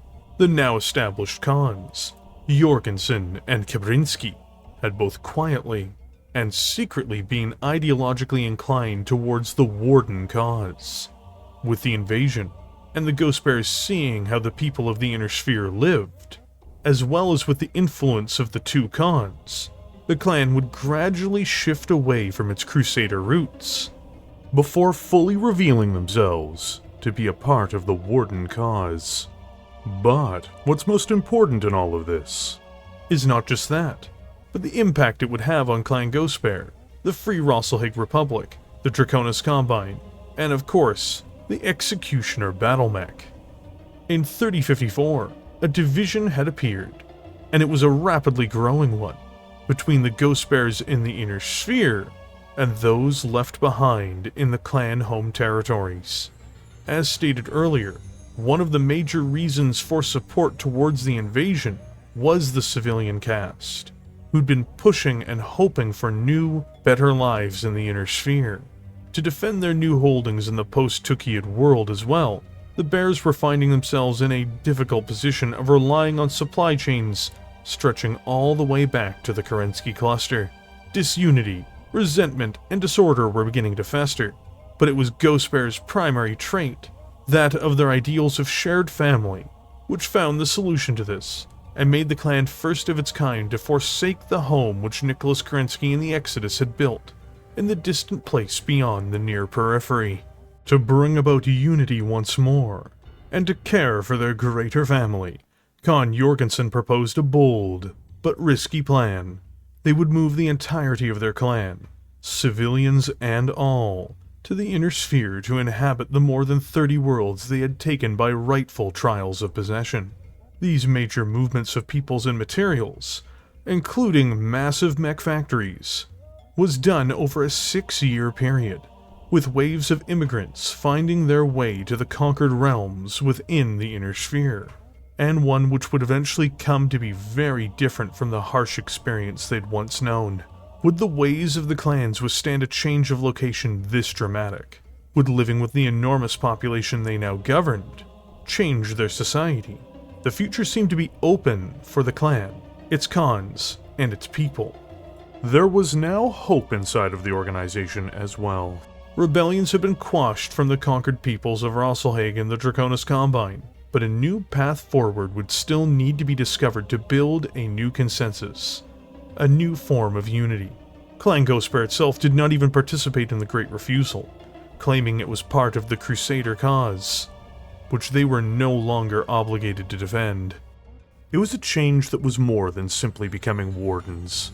Clan Ghostbear was slowly in the process of abandoning the principles it had been governed and its people had lived by in many senses. Though their heritage and lineage would still be connected to the Kerensky cluster and those that forged it. The beginnings of this revolution can be seen from Khan Bjorn Jorgensen himself in his speech to the Grand Council in 3060. It is not alien to what the clans were, but it is the start of something new. Centuries ago, the Great Father promised a return to the Inner Sphere for his children. Many believed that we could only achieve this by conquering Terra in the Great Father's name, forcing the corrupt people of the successor states to see the truth of the way of the clans. I believe this was a hasty and misguided assumption. Destiny is within our grasp, and we only have to reach out and take it. We of Clan Ghostbear have won many worlds from the Draconis Combine and the Free Rasalhague Republic through legitimate trials of possession. In return, we have administered these worlds fairly and instructed their people in the ways of the clans. While our neighbors continue to skirmish for centimeters of land, we have cemented our position. As a result, losses to raids and civil disorder have been minimal, and our clan has prospered. I stand before you today to announce that Clan Ghostbear has moved from the blighted tundras of the Kerensky cluster to the blessed pastures of the Inner Sphere, to the Ghostbear Dominion. 39 worlds claimed by rightful conquest. This area will henceforth be considered clan territory, administered from the new Ghostbear capital on Alshane. I urge the Grand Council and houses of the Inner Sphere to recognize our claim peacefully, to the mutual benefit of all. Challenges to this claim will be dealt with harshly, until none remain to raise a dissenting voice. Khan Bjorn Jorgensen's address to the Clan Grand Council, Strana Nekti, 27th of April, 3060. What was known as the Ghostbear Dominion now replaced Clan Ghostbear.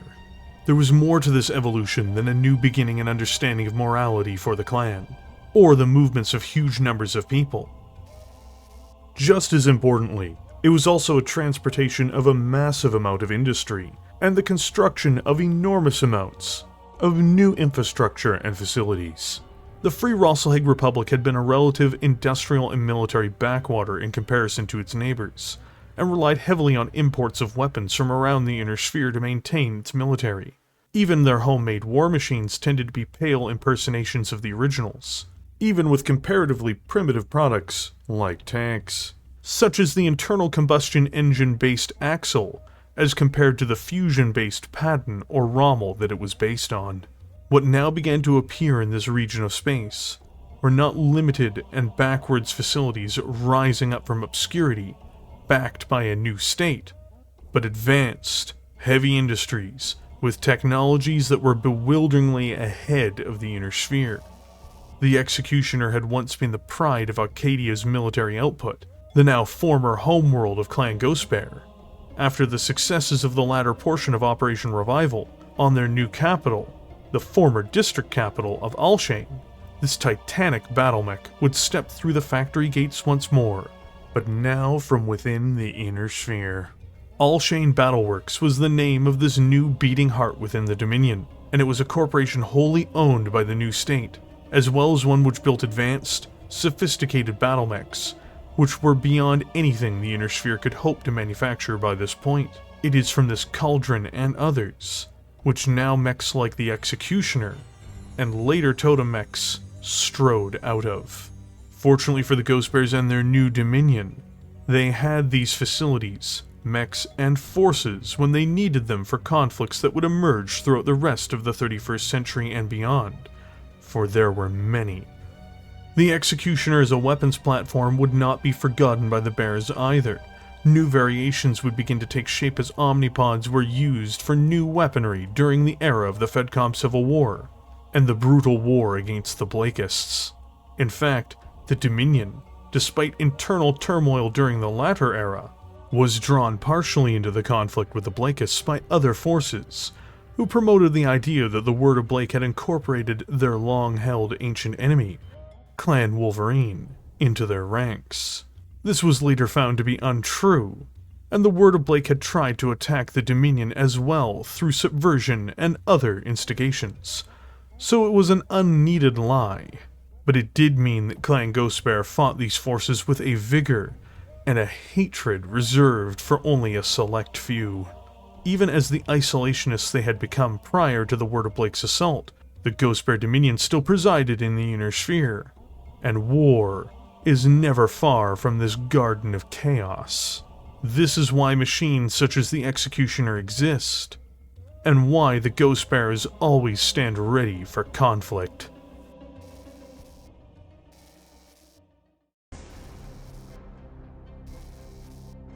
A late-generation Executioner from the 31st century, the E configuration employs new missiles and laser technologies to try to improve the performance of this fast-paced giant on the battlefield. As a mech, the E can fight at almost any range because of the forms of weapons it has. To start with, it has a pair of ER large lasers to penetrate targets at long range, and act as a standoff set of weapons against slower adversaries. These two deadly light projectors are found in the right arm. It then backs these up with hard-hitting heavy-medium lasers in the right torso, and a heavy-small laser as well. While these are close-range systems, the medium lasers hit with the same force as the ER large laser, albeit with less accuracy. Where things become more interesting is with its twin set of ATM-9, or Advanced Tactical Missile System 9 launchers in its left arm. These are arguably the best form of missiles in the game, as they have 3 different ammunition types they can fire, depending on what's most optimal. Each type they switch to not only changes their range, but changes their damage as well. In extended range form, they do 1 damage per missile. In standard form, they do 2 damage per missile, and in their high explosive short range form, which has the same range as normal SRMs, it does 3 damage per missile. The latter version basically are SRMs, but do 50% more damage. The only drawback is in its standard or extended range forms, it does have a minimum range of 4 hexes, or 120 meters. But to compensate for that, it does have an Artemis fire control system simply built into the launcher automatically, to help more missiles find their way into the enemy. The Executioner Configuration E also has 5 tons of ammunition for it to allocate to the various missile types it wants, meaning it can take some of each type of missile if it chooses to do so, or it can wholly invest in one kind. It's up to the pilot and commander. All the same, the E is a very dangerous sight to see on the battlefield, between its advanced laser weaponry and its devastating ATM-9 launchers. Following in the same vein as the B and C configurations, the H is another executioner built around an Ultra AC-20 autocannon. Once more located in the left arm, this time it has 20 rounds of fire, rather than 15. As an aside, it also has a flamethrower in its left torso, most likely for dealing with infantry. Where it tries to innovate is installing a heavy large laser into the right arm, which does a very significant amount of damage, at a high cost of heat, but also at a loss of accuracy. It can fire, along with the AC-20, without overheating necessarily. As a backup, it has 2 ER medium lasers in the right torso. It seems very similar to the B configuration more than anything, but lacking the same accuracy and gaining an additional backup weapon, but at the loss of its anti-missile system. The H seems to be more of a remix, in other words, rather than its own variant, leveraging some questionable new technologies to build a machine that seems to be kind of a side grade rather than an upgrade to its predecessor.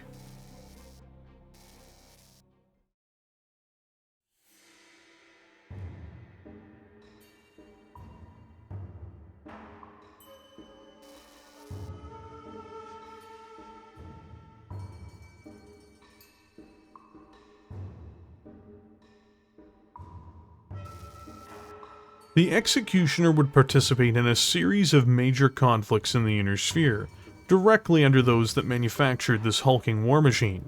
Its newest configuration would, too, see battle in perhaps the most important war to solidify and establish the fledgling Ghost Bear Dominion itself. In what was to come, the Executioner would prove itself to be the advanced, powerful war machine the Ghost Bears always knew it to be, and it would prove why such machines were necessary for the mighty clan, especially with this 95-ton Omnimech walking out of the factories on Alshane now for Clan Ghost Bear's galaxies. Peace was never truly an option in the Inner Sphere. There are always old scores to settle, grudges and factions within the huge superstates of the Inner Sphere looking out for their own self-interests. When the forces defending Alshane retreated in the dying years of Operation Revival, the military units indigenous to the region, the Alshane Regulars, would reform into a series of regiments known as the Alshane Avengers. Their sole reason for existence was to free their home territories from clan occupation, and while they participated in the destruction of Clan Smoke Jaguar's holdings in the Inner Sphere during Operation Bulldog, they could not take a single jump across the border to their true target, their lost worlds in the now split and broken military district, which now fell under the occupation of the new Ghost Bear Dominion. Here, the Combine's Avengers simmered in their anger until 3062. There were political forces within the borders of House Kurita who had their own agendas beyond this and could guide their friends or allies as needed. This organization, the Black Dragons, benefited from chaos within the Dominion and the Combine as to disrupt the current order and balance of power from within. The Black Dragon Society would entice the Avengers into attacking the Ghost Bears, who were still putting down their roots. The thinking went, if they could reclaim their home and decapitate the Dominion early on, then the entire Rodden occupying carcass would be done away with. The Combine would then sweep into the region and dispatch the clan from rightful Kuritan worlds, including almost the entirety of the Free Rasalhague Republic, all of which fell beneath the dragon's traditional territories, would be restored. The Alshane Avengers had also grown into one of the most elite and determined forces the Combine had at this point. Internally, the Black Dragons believed they had a chance to pull off the invasion. The result of the attack, however, was a massacre. The entirety of the Alshane Avengers were annihilated in their assault.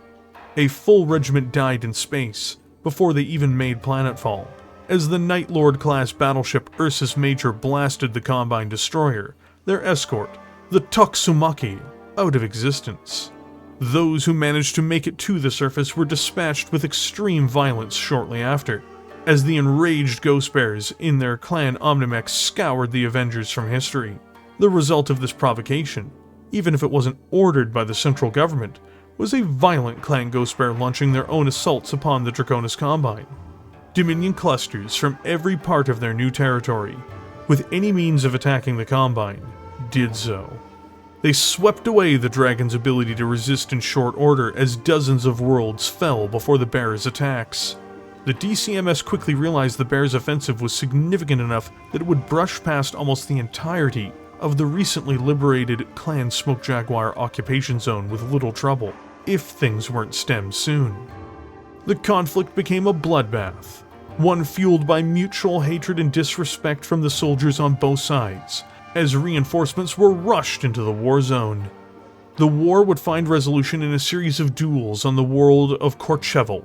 Neither side could keep up the conflict. The bears began being raided by their new Hellsource's neighbors, for instance, and the Combine could not rely on the Star League for further assistance given the outbreak of the FedCom Civil War.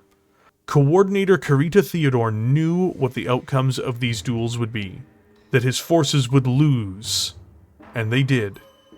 The conflict came to an end, with the Combine ceding the world of Courchevel to the bears, and the bears receding into their own realm, to stave off their hungry neighbors on the other side of their borders. Soon, they would be embroiled in a war with the Blakists, and as that passed, their realm would finally begin to take on its modern form.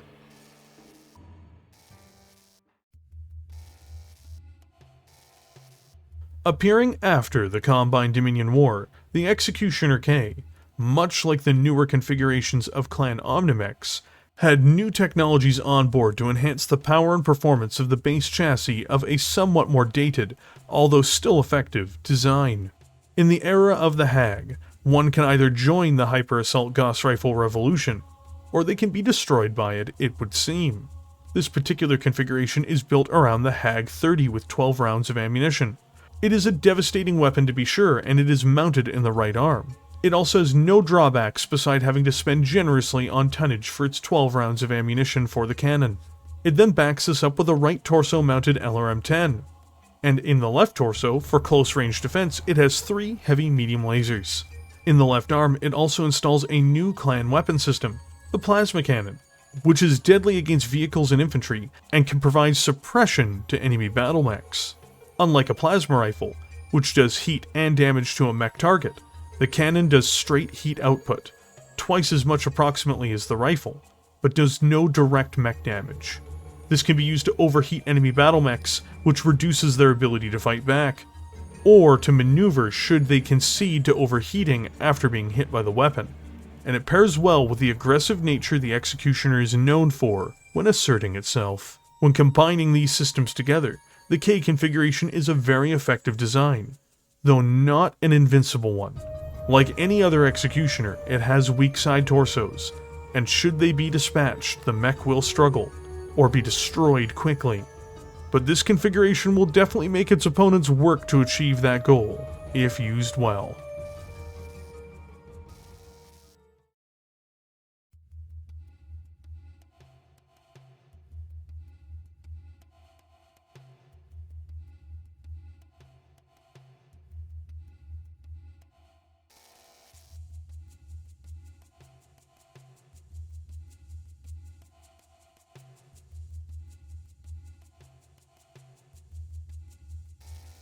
After the Blakist era, a great rebuilding began across the Inner Sphere. At the heart of this region, a new successor state to the Terran hegemony, the Republic of the Sphere, sought to bring balance back to the home systems of mankind, one which had been in disarray since the Ameris coup and the Star League civil war that destroyed it. But just north of this happening, in the solidified space of the Ghost Bear Dominion, radical social change was beginning to take place. The leadership of the clan had moved, from the moment they decided to permanently occupy Rasalhague and Combine space, to integrate civilians into their system of governance, which had mixed results. Early in the developments of the Dominion, employing civilians at high rates to rebuild war-ravaged regions of their planets, and to expand housing, the clan's industrial base, and an assortment of other ventures yielded some results, but there were always the disaffected. This came to a violent head during the Blakist Rebellion, as Rasalhague nationalists staged multiple attacks and rebellions within the Dominion. After the Blakist Rebellion, Rasalhague civilians were still not at peace, either making demands that the Ghost Bears assault Clan Wolf and Hell's Horses to liberate their former countrymen, or demanding more independence and freedom from the Ghost Bears and their governance. The Dominion, however, had begun the process of integrating with the locals in a series of major ways, thanks to the actions of the people they increasingly lived with, rather than occupied, at multiple levels of society. The remnants of the Royal Rasalhagian Army, or the Kung's Army, had been integrated largely with the clan as well, becoming their own set of galaxies within the clan's structure. This took place after Ragnar Magnusson, a noble of the Free Rasalhague Republic who had been captured and became a clan warrior, though who still had a major impact and influence on the people of Rasalhague both within and without the Ghost Bear Dominion, made an address to all Rasalhagian people in an attempt to mend the division between the Dominion, those it ruled, and those who'd been left outside its borders. This would eventually conclude with the last remnants of the Rasalhague state asking to join the Dominion. This was a major turning point in development in the new state, as moving forward, there would be a gradual series of concessions by the leadership of Clan Ghostbear towards the civilians and their leadership within their territories.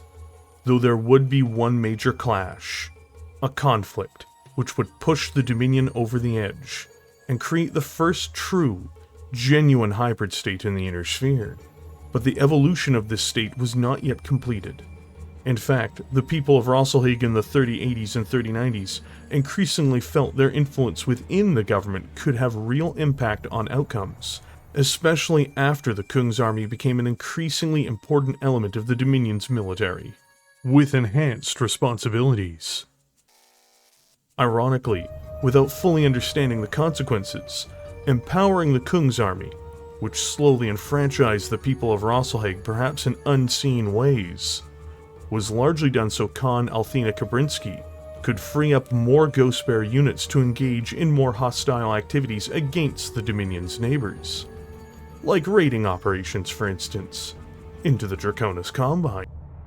There would be long-standing consequences because of this, perhaps ones which the Khan herself did not see.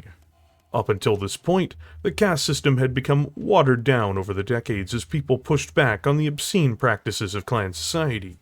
But there had been a much more Spartan approach to living by the people indigenous to Rasalhague as a result of the changes around them. Cultures influence one another in different ways, and have different expressions of that, especially as the people of Rasalhague, and the former Draconis Combine as well, felt their own influence steadily rising in the society.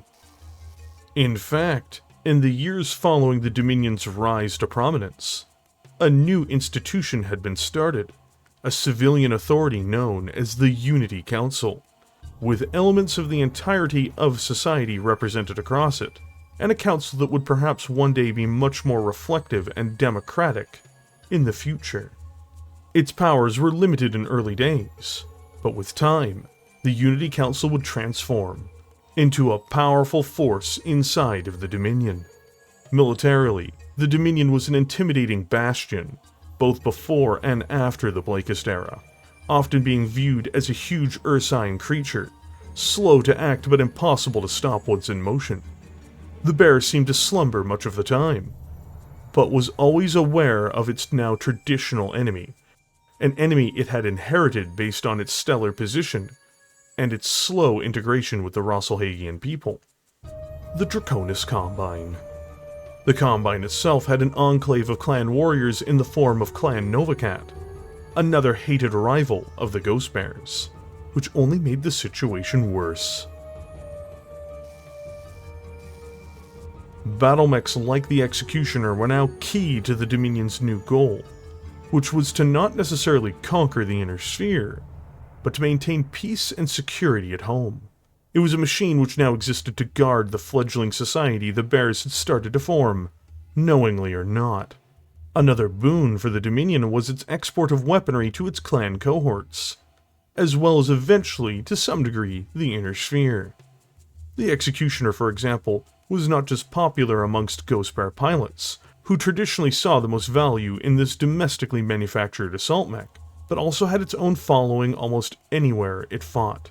It, along with mechs like the Mad Dog, would find their way into Sea Fox ships through a series of trials or trades, and would often find themselves in the hands of other buyers. In fact, the Bears would see the Executioner as a valuable asset outside of just its use in duels, or on the real battlefields of the Inner Sphere, by using it as a tool for negotiations, offering the mech as an incentive to reach deals, or acquire more favorable conditions through their sales. Beyond these realities, though, by the end of the 31st century, things seemed poised to change, and for the worse, as far as diplomacy with the Combine and Novacats were concerned.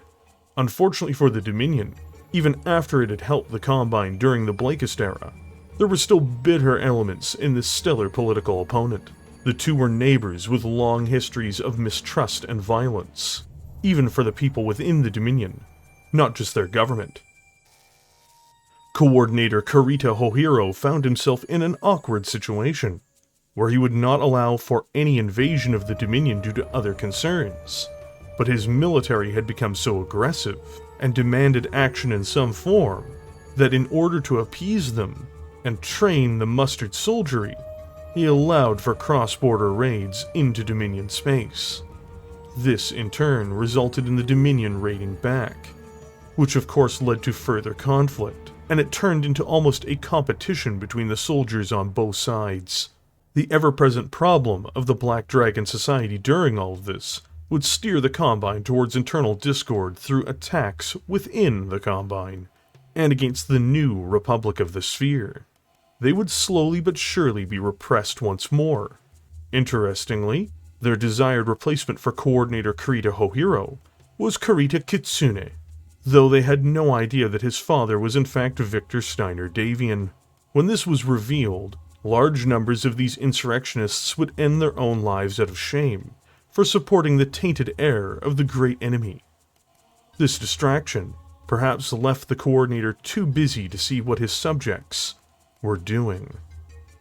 The spark that seemed to ignite what came next was not raids by the Draconis Combine itself, but from their subordinates, the Novacats. While Clan Novacat would eventually betray the Combine decades later for the moment they had been a major asset of the Draconis Combine, but one that had its own ambitions. In 3096, during a raid in November, the Novacat Rangers, after suffering losses from the 3rd Bears Guards, would take vengeance upon the warriors of Clan Ghost Bear who had become pinned in a canyon. The Bears would ask reasonably for Higira, or honorable surrender, as they could no longer win. This was a normal practice, and one which was typically honored in clan society, but there was no obligation to accept it, though not doing so often reflected poorly on those who declined it. This set the tone for the future clashes between the two sides, as Clan Novacat would in fact reject the surrender and massacred the Bears. Tensions would escalate beyond simple border raids shortly after, when Khan West of Clan Novacat, while inspecting a facility of Novacat Sibcos, would face an attack by the 8th Bear Cuirassiers. This had been arranged on the Ghost Bear side by the Black Dragon Society leaking intelligence of the Khan's arrival on Yamarovka. Worse for the situation as a whole, the ISF, the Combine's intelligence service, would have its own card to play, informing the Novacats that a threat was present by Ghost Bear forces, meaning their own security detail was very heavy, which now included a prominent number of Battlemechs for his arrival on World. The ambush was brutal. A 2-hour battle raged between the Cuirassiers and the Cat's Eye cluster which had been ready for them. Unfortunately, despite preparations, the assassination plot would be carried out when the Ghost Bears, with reckless abandon, breached the fortress walls of the Novacat facilities and killed Khan West. More humiliatingly, the aftershock of having their Khan killed had stunned the Cats to a point where elements of the 8th Bear Cuirassiers managed to escape the wrath of the Nova Cats in turn. The Cats' new Khan, Ajax Dramond, would meet with Kurita Hohiro to sort out a response and military policy after this brazen assassination. Knowing what they themselves had started with this action, this step across the line, the bears prepared themselves and the Kung's army to respond to the wrath of the cat and the dragon. In the war that followed, known as the Second Combine War, it's important to note the material disadvantage the Combine would be at, even with their Novacat allies. And one factor behind this was that the Ghost Bears had mechs like the Executioner, and in numbers. While Clan Novacat did have powerful machines, like the mech they were named for, they often lacked the tonnage or numbers the Ghost Bears could field, especially when factoring in their allied forces. The reformed Kung's army were also given the same technologically advanced and powerful weaponry. Mechs like the Executioner played a key role in many of the battles to come, using their speed, mass, and durability to overwhelm the Novacats and the Draconis Combine mustered soldiery. All the same, despite the material differences, through the manipulation by the Black Dragon, and through the Novacats' violent folly, the situation had escalated to the point where the Bears had launched an attack which had to be responded to. In November 3098, Operation Nightfall would begin. In the opening engagements of the conflict, the Novacats were ruthless, savaging both the Bears and Kung's army on Sovrzin.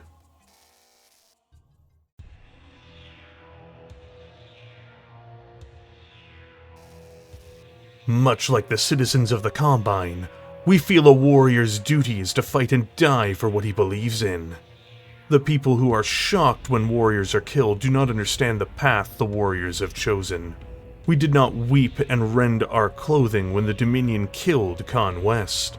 So perhaps my clan can re-educate the Ghost Bears about the path of the warrior. Khan Ajax Drummond in an interview with news reporter Kiri Mosuki, responding to criticism from the Ghost Bear Dominion. The brazen attacks and the Ghost Bear's response of outrage from its civilian and military governments once more roused the bear into action. The Bears would strike back with a three-pronged attack, breaking through in two of their main lines of approach. What was most disturbing was Khan Kabrinsky and the Ghost Bears' willingness to provide no quarter for their enemies, slaughtering the defenders on Labria, for instance, and being unwilling to cease hostilities so long as Novacats lived. After these two opening strikes, one by the Cats and the other by the Bears, the conflict escalated dramatically. If there was any doubt that this was now a war, there wasn't any longer. Dozens of worlds became embroiled in a back-and-forth titanic struggle between the two nations and their sub-factions, with bitterness being embroiled in the fighting. It would all culminate in the hate-filled battle for Irisi, the capital of the Novacats Enclave. Both sides took severe losses, but the Ghost Bears themselves would all but destroy the Novacat Tumen in a series of battles. Civilians were treated with disdain as the Ghost Bears fought with almost no consideration for them, or for the lives of the Novacat civilian caste as a whole, in the occupied regions, treating them with nothing less than cruelty.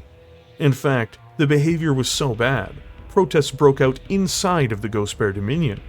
There was an idea in mind that the Bears and the Kung's army represented the civilians, and there was a growing movement that this butcher, by the Ghost Bears, of the Novacats, and of the people of the Draconis Combine, was being done in their name, and they wouldn't have anything to do with it. This would evolve with time, and eventually the Unity Council itself would become involved when Yuka Heikkinen, the head of the Unity Council, directly intervened. Yuka himself was a civil engineer by training, and he had risen through the ranks of the Dominion's civilians until he found himself in several ministerial positions.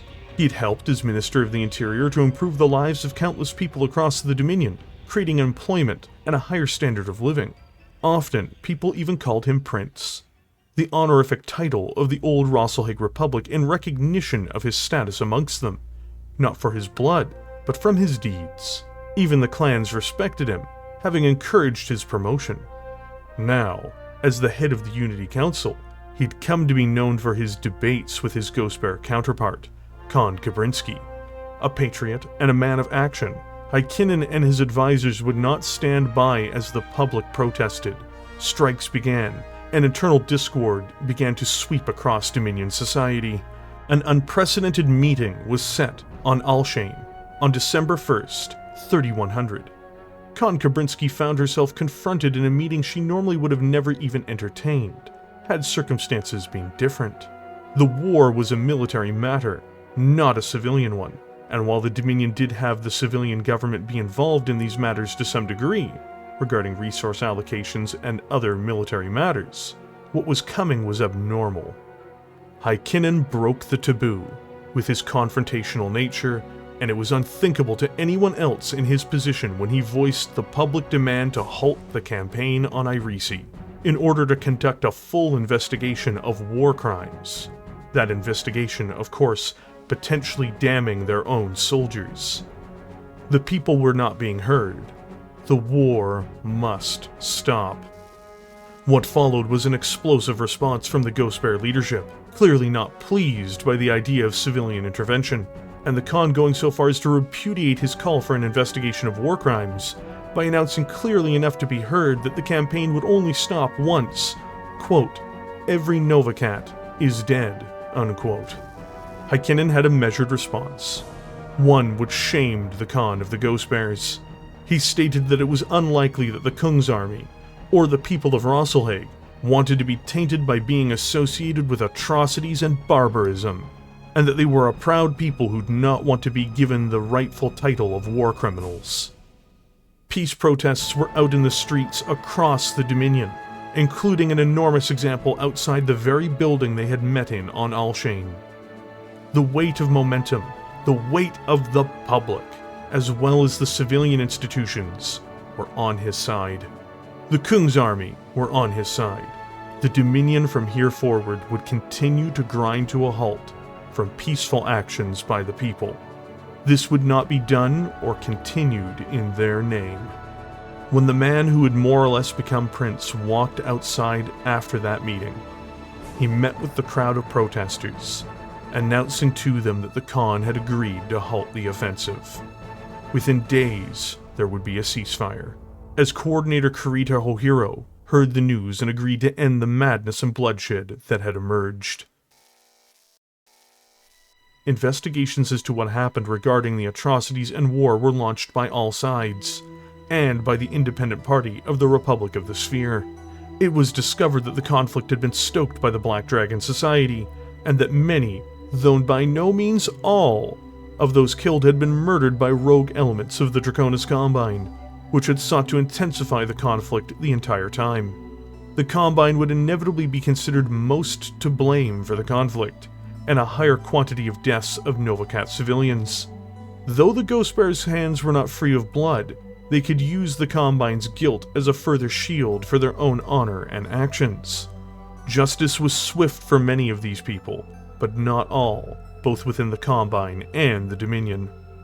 In 3101, Unity Council leader Jukka Heikkinen would accept the peace proposal by the Draconis Combine, which moved populations and set the borders, as well as arranging reparations by the Combine to the Dominion.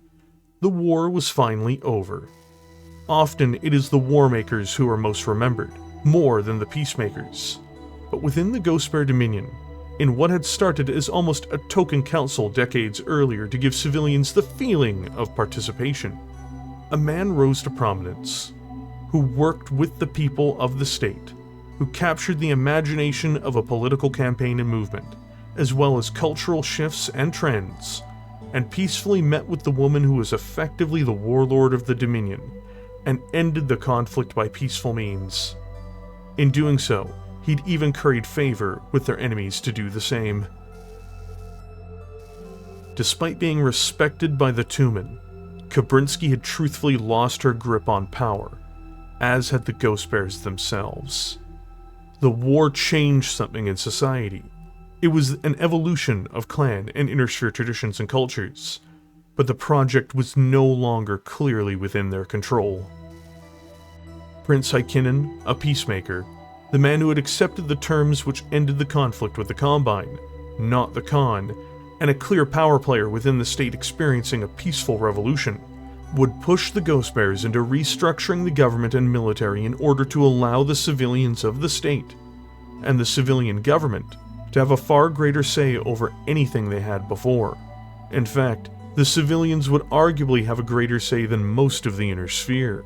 The Unity Council would be reformed to include an equal number of civilians, true-born warriors, free-born warriors, and it would be presided over by a democratically elected prince. The prince, and their authority, would be above that of the Ghost Bear Khan, who would become the head of the military and the unique Ghost Bear structure within the Reforged society. So ended the Ghost Bear Dominion. What emerged was the Rasalhague Dominion, a state which stood for everyone within Rasalhague, and all Rasalhagian people. With time, it would end most of the elements of the caste system, and eugenics for the freeborn population. The Rasalhague Dominion truly became what it aspired to be up until this point, something new, and something which perhaps showed a way forward for the Inner Sphere and clans. In regards to the mechs that defended this new state, it seemed almost impossible that a battlemech like the Executioner, piloted by ruthless clan warriors, could have been on the journey throughout history with the Ghost Bears over 100 years at this point. When it was forged, the Battlemech was a means of hunting down and destroying its enemies in duels in the Kerensky cluster, before it arrived at the head of vast armies of the clans, attempting to crush the people of the Inner Sphere. It would then be found as a defender of a new state, one trying to, at first, bring a better life to the people of Clan Ghostbear, before it defended all those under its dominion. Then, after the events of the Combine Dominion Wars, the Executioner, with its terrifying visage and its huge frame, fought for the Kung's army and Clan Ghostbear not on behalf of a warlord under the title of Khan, or the whims of the warriors within it, but now stood as a defender of a free state. The Executioner was an extension of the warriors who piloted it, and strangely, like the clans believed, it embodied the virtues they themselves had as well. But anyone who believed it, or the Dominion, somehow did not have teeth due to their changes of fortune, would have a terrible realization before they met the 95-ton Grim Reaper, or the furious Ursine state that created it.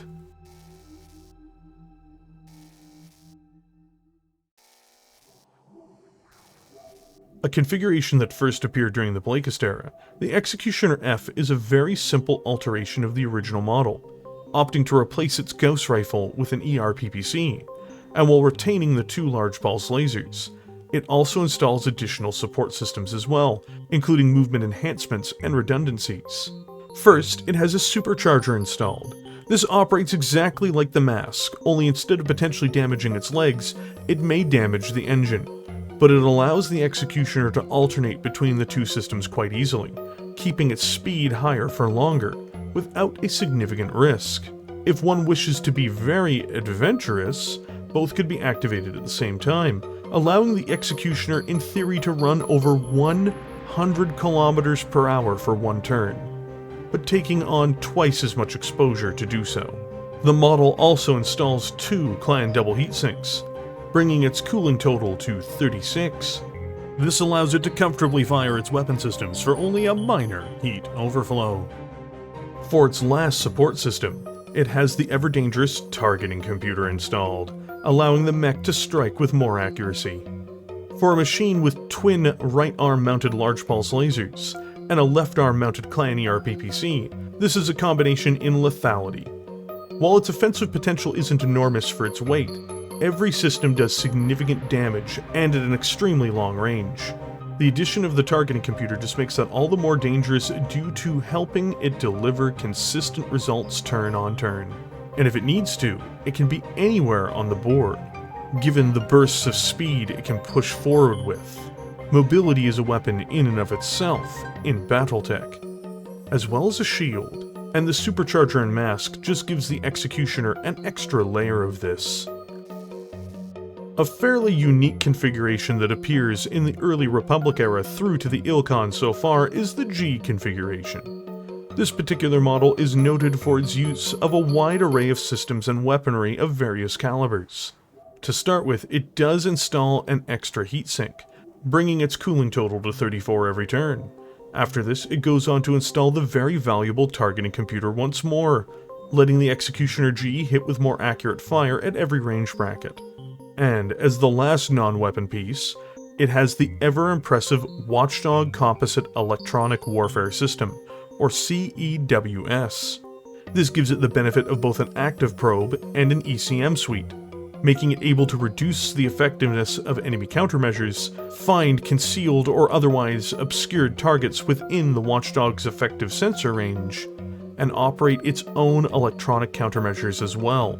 This is a definite defense and utility boon for the G configuration. For offense, this Executioner brings a great balance between close range and long range fires. Beginning with its furthest reaching system, it has a Clan ERPPC for breaking open enemy armor, and a Clan LRM-15 streak for adding scatter damage, and potentially saving on ammunition. The latter has 16 rounds of fire, which will only be depleted by either ammunition hits or by confirmed shots by the Executioner. For in close, it mirrors the Nova Prime's right arm by having a devastating set of 6 Clan ER medium lasers, for when the enemy tries to get the drop on it, but doesn't realize they've entered the Disco Inferno. Overall, I think the G is a fantastically balanced platform, with great assets beyond just pure firepower or weaponry.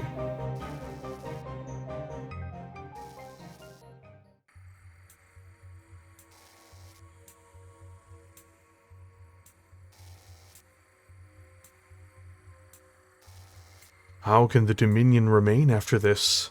Civilian authorities are bringing the rebellious parties to heel. But to go from neighbors to enemies in a year? How can we call ourselves a family, when so many have such reasons to hate each other? Watch Commander Javi Becker, Asgard, 14th of February, 3152. The darkest chapter in the Executioner and Ghost Bear's history is not their participation in the bloodletting and crimes of the Second Combine Dominion War, or their time on the clan homeworlds, but it is during the opening of the Ilclan era. The Executioner, as well as the two men of Clan Ghostbear and the Kung's army, would go from being a part of a force designed to protect the Rasalhague Dominion and its interests to something far darker. The Executioner, in particular, would be a machine used to great effect due to its popularity amongst commanders and skilled duelists within the Dominion. The only problem was, all of these things would be used to kill one another in what many refer to as the Rasalhague Civil War. They would also be used to kill uncooperative or rebellious civilians, and other opposition to the madness that was unfolding from within the state, which was unraveling in front of everyone's eyes. A mighty war machine, one of the largest Omnimechs the Dominion domestically manufactured, and a mech, as well as the rest of the armed forces, that would once more be at the heart of a shameful exercise in human history. Rasalhague was spared some of the worst elements of the Dark Age. It was an advanced society with excellent technology and internal logistics. While the HPG blackout impacted it, it was not crippled in the way that others were. It was also politically stable for much of this, and the society grew during the years leading up to the blackout as well, with Rasalhague doing away with the interference of the Science Cast's intrusions into people's personal lives, with the end of the eugenics program for all civilians. In fact, this was so popular, even amongst the clan portion of the population, that a national holiday emerged because of it, named the Day of Love. It celebrated that in the Dominion, people had a choice of who they came to love, and had power over their personal lives. But there was something ugly within the Dominion society. Despite its prosperity, stability, personal freedoms, and a more representative, though still militarized government, There were more than a few within the society, from all walks of life, who wanted a form of living that represented the earlier incarnations of Clan Ghostbear. People romanticize the past, sometimes even when it's not their own past.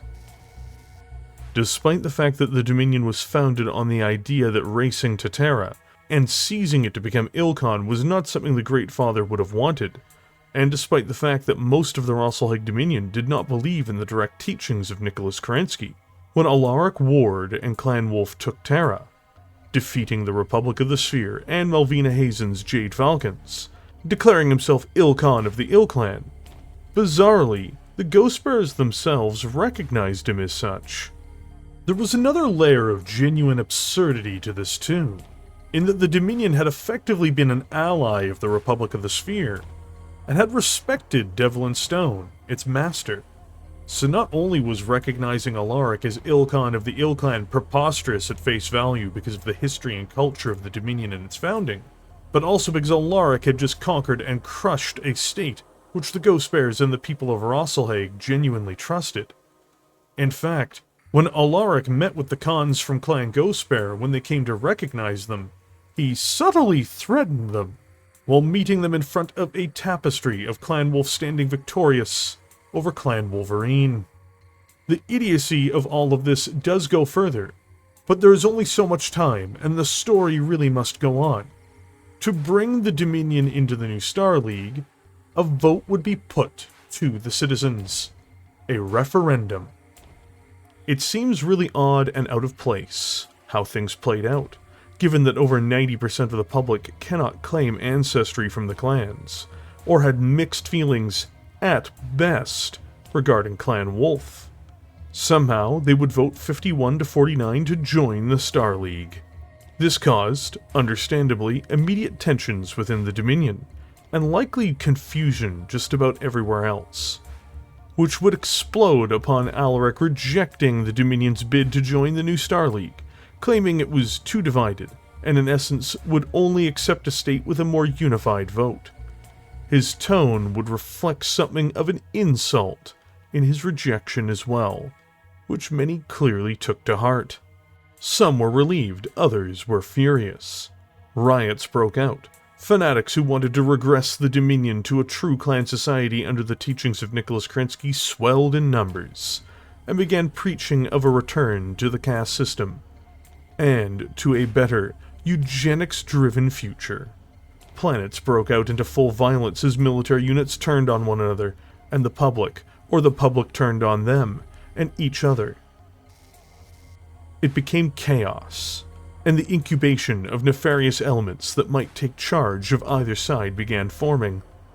In the Ghostbear military itself, in the Tumen, slowly but surely the deniers, those who didn't wish to join the Star League, were thinned from leadership. A vote came from the Unity Council shortly after, which was disputed once more. Trials of refusal were issued, before Prince Hjalmar Muraborg would side with the joiners, displaying his full intention as he tightened his reins on power. He would kill Galaxy Commander Lars Magnusson before the Unity Council, his primary political rival and a denier, before cementing that the Rasalhague Dominion would indeed join the Star League, eventually, after another vote was held, when he decided it needed to be held. 30% of the Tumen had been killed in the internal fighting in the Dominion after everything was suppressed under the Prince Tyrant's thumb. To unify his people, and to prove them worthy of joining the Star League, and to show that the Dominion need not fear their enemies, as well as to show that they were united, the Rasalhague Dominion would once more invade the Draconis Combine, their traditional enemy, though this time it was not a defensive conflict. It is important to note that the Combine is now also a stated enemy of Clan Wolf, and much of this was being done to curry favor and to prove themselves to Alaric. Without delay, the Bears would drive straight for Luthien, and have made stunning early progress.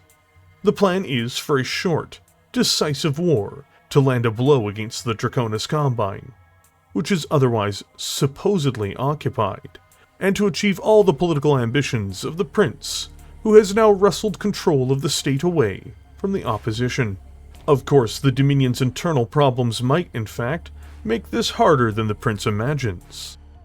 Worse still, the Watch, which is clan intelligence, is notorious for their lack of functionality, especially in regards to foreign appraisals, and they would make another dire mistake as a result.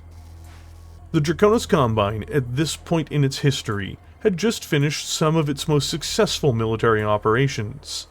It was flush with new weaponry, troops, and battle-hardened formations. Even after overextending and losing New Avalon, it was still stronger by far than what it had been in prior years, having saved most of its soldiers from being entirely routed and destroyed, despite serious setbacks. Even more tragic, the Federated Sons are in no position to strike back against the Combine even if they are distracted by the Dominion, as their ability to project power had been spent in slowly pushing back the Dragon's tongue. And it too had its own internal problems in the aftermath of the campaign. While the initial invasion appears to have gone well, the Dominion, in a weakened condition, has struck an unprovoked and serious blow against the Dragon. A dragon which is now more powerful than the Dominion knows or understands. What will happen when the Dragon's furious eye turns towards this? I suppose only time will tell.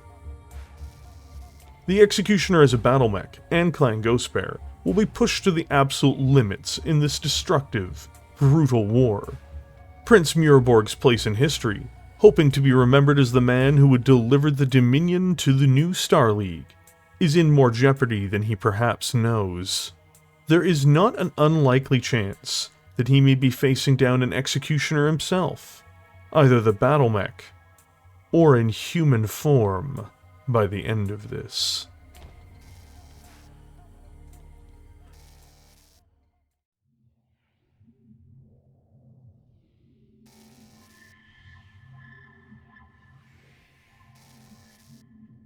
The latest Executioner configuration, the Executioner T, is an attempt to modernize the original Prime configuration.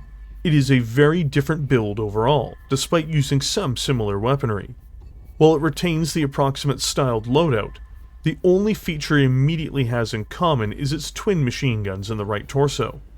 Notably, it doesn't add unnecessary cooling, like the original Prime. It also has a clan ECM on board, helping give it an invisible layer of additional defense in many senses. It upgrades its original large pulse lasers into a pair of ER large pulse lasers, which go a ridiculous 23 hexes, and benefit from the pulse lasers' bonus to hit. Though these generate more heat, the Prime and the T are already adequately cooled by the chassis alone. This makes it a superb sniper with these weapons. To back these up, it replaces out the Gauss rifle for a scatter damage inducing LB-10X autocannon, which will shoot either solid slugs, or more likely cluster rounds downfield towards its adversaries. It has 20 rounds of ammunition for this weapon. Overall, it is less heavily gunned than the Prime, but it might be more appropriately gunned despite this. Each of its weapons seem to synergize a bit better together. It's more likely to hit its enemies overall, and it also has weaponry that will add scatter damage to hit plating, which is scorched open by its lasers. Is it a perfect mech? No, but the Executioner itself isn't a perfect mech. No machine is. It just happens to do its intended role fairly well.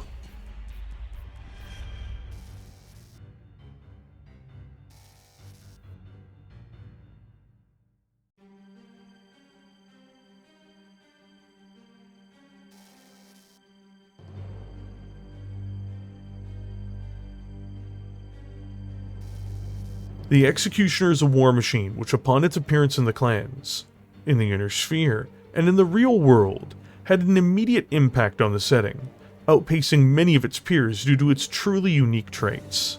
While not the most optimized killing machine in the history of the setting, it is still powerful, unique, and helped further open a niche and concept for other assault mechs in the centuries to come to follow through. More importantly, this Gladiator has been connected with Clan Ghostbear since its arrival in 3001, a comparatively gigantic 95-ton assault Omnimech. It was consistently the largest advanced domestic design from the Ghost Bears, and in many ways it still is. It shows their values in warfare, viewing mobility, size, and power being their chief concerns. The Executioner may not possess a name reflecting it as a bear, but it is very much analogous to one, even if its cousin the Kodiak resembles the peak of what this is meant to be. This athletic assault has been, for all of its faults and strengths, along for the journey with Clan Ghostbear. In the hurdles and mismanagement of the clan invasion, it dispatched the forces of the Free Rasalhague Republic, as well as the Draconis Combine mustered soldiery. Alshane burned, and the 2nd Swords of Light Regiment were driven off by this monster. This prize would then become their new home, as well as the new home for the Gladiator itself. It would be used to defend this new homestead of the clan, its dominion, against threats from outside of the Ghostbear struggle with becoming one with their new populace, trying to shape them in their image, only for the reflection of the people around them to slowly start changing them, as much as they evolved in turn. It would participate in the savagery of the Blakest era as well, while later being exported from its factories in the Inner Sphere to other clans, but always finding its home base in the Dominion itself, a home which would change more wildly than anyone could have imagined.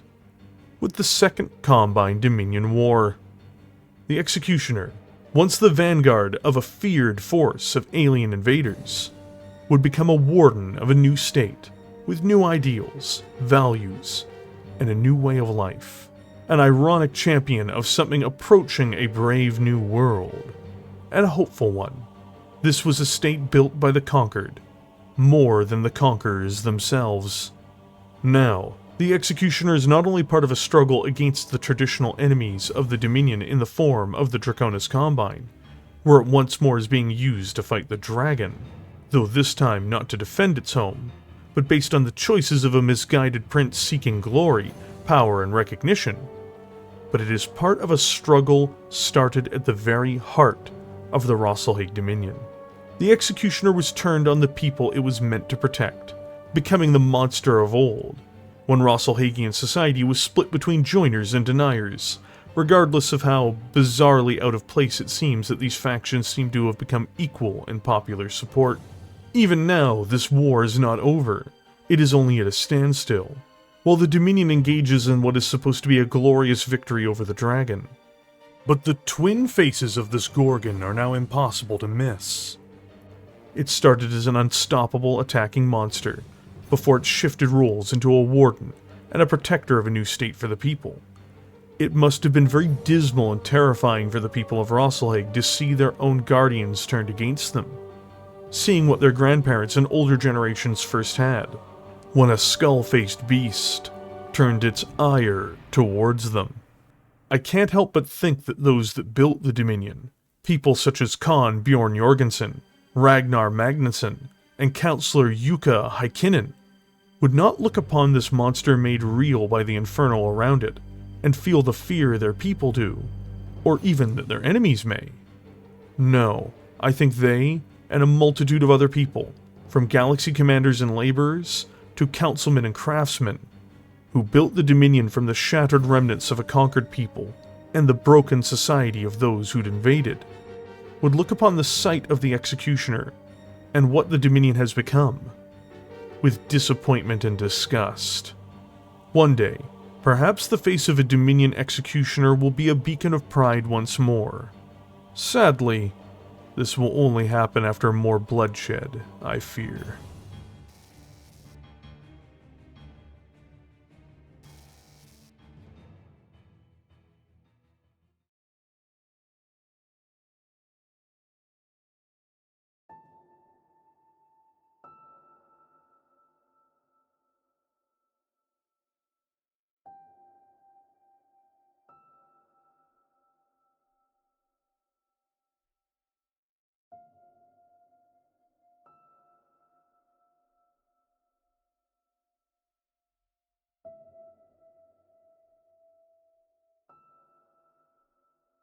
Hjalmar Miraborg is known for cutting straight to the heart of the matter. No Unity Council. Make one out of representatives appointed by the Valdherin. Of course, in the turmoil of February, only Valdherin allied with Muraborg would feel comfortable with such a thing. A Khan who's gone off the rails. Send them and their minions on a tour to whisper in the ears of those Valdherin who might oppose the prince. A war hero who brought both Vega Protectorate and Alshane back into the fold, who has a bloodline to match the prince. Kill him in a staged trial for the crime of showing mercy in a civil war. It is easy to sit here in peace and say the ends justify the means, but do not forget, Prince Muraborg just declared the Dominion would join the Star League. The Prince still refuses to acknowledge the legitimate trials of refusal declared in the Council Hall when the Council voted to join the Star League. Instead, he fought fake trials against opponents he knew he could beat. The indefinite delay of the plebiscite is merely a rhetorical trick. As far as Hjalmar Muraborg is concerned, Rasalhague will join the Star League, and I have no doubt the new plebiscite will support him wholeheartedly. Mark my words, Hjalmar Muraborg is already planning a great unifying incident. Have pity on those who will die to make it happen. From an op-ed in Asgard Posten, 1st of June, 3152.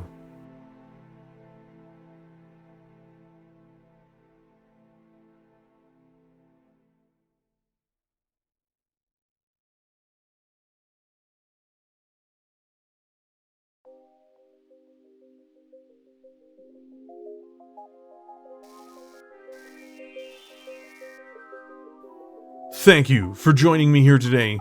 That was a wild ride. I didn't expect this video to be this long, truth be told. I honestly thought that Clan Ghostbear history was going to be a lot lighter than it was, but it just drew me in while I was going over it. And I knew that I was unfortunately going to end up at kind of in another Stone Rhino situation. Still, there's more content for all of you. Isn't that exciting? Even if it's really delayed, because it turns out I was really dumb when I rebuilt my office. By taking out some of the items in it, I completely destroyed the acoustics of the room, and it took me like 2 weeks to fix, and I'm really sorry for the delay, everyone. Also, some people don't like these combined videos, of course, where you get the history of a faction interwoven with one of their more prominent mechs, but I really do think these hit an excellent stride.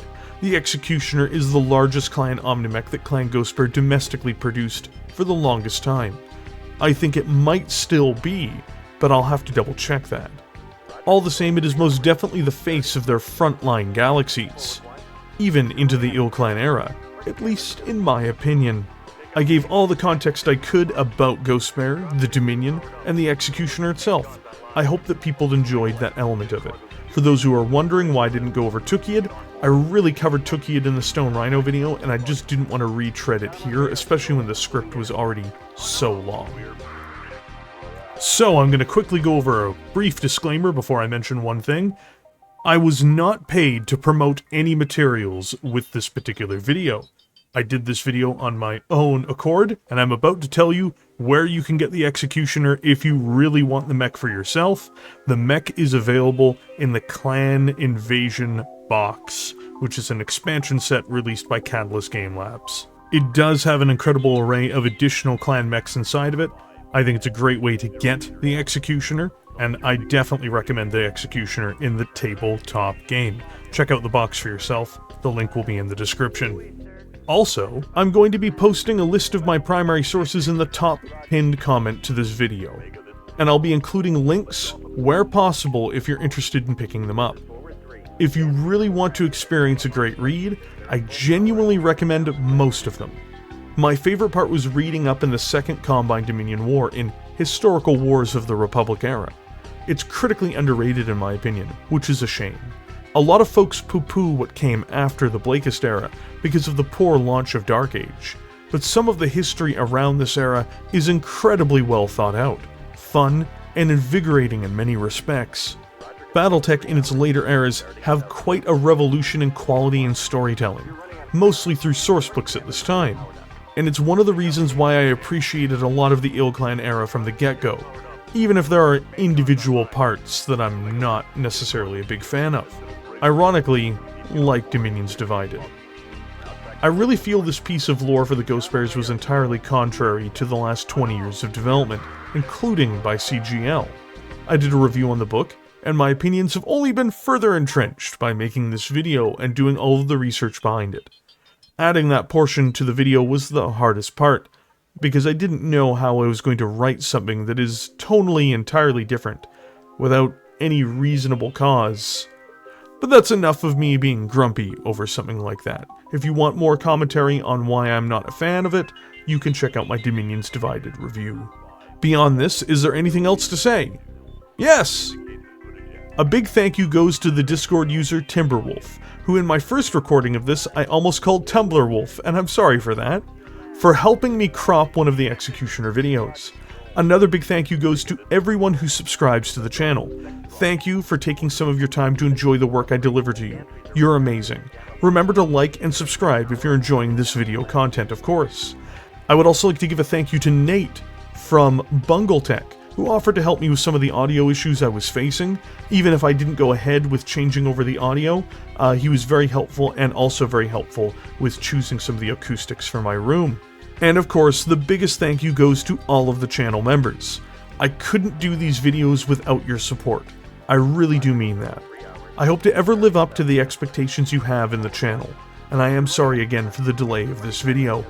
If you want to support the channel in the same way, and support what I do here more directly, remember there is the join button on this video, which will let you join the ranks of the channel members. I'd also like to give one final thank you, which is to Catalyst Game Labs and the people who have labored on Battletech for their hard work fleshing out the Dominion's history through various sourcebooks over the last decade.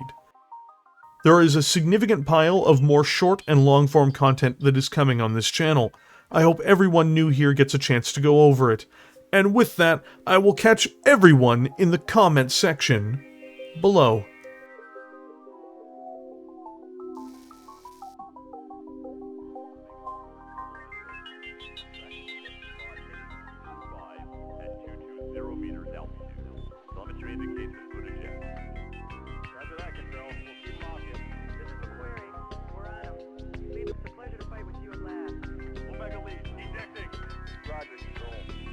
Omega, this is Control.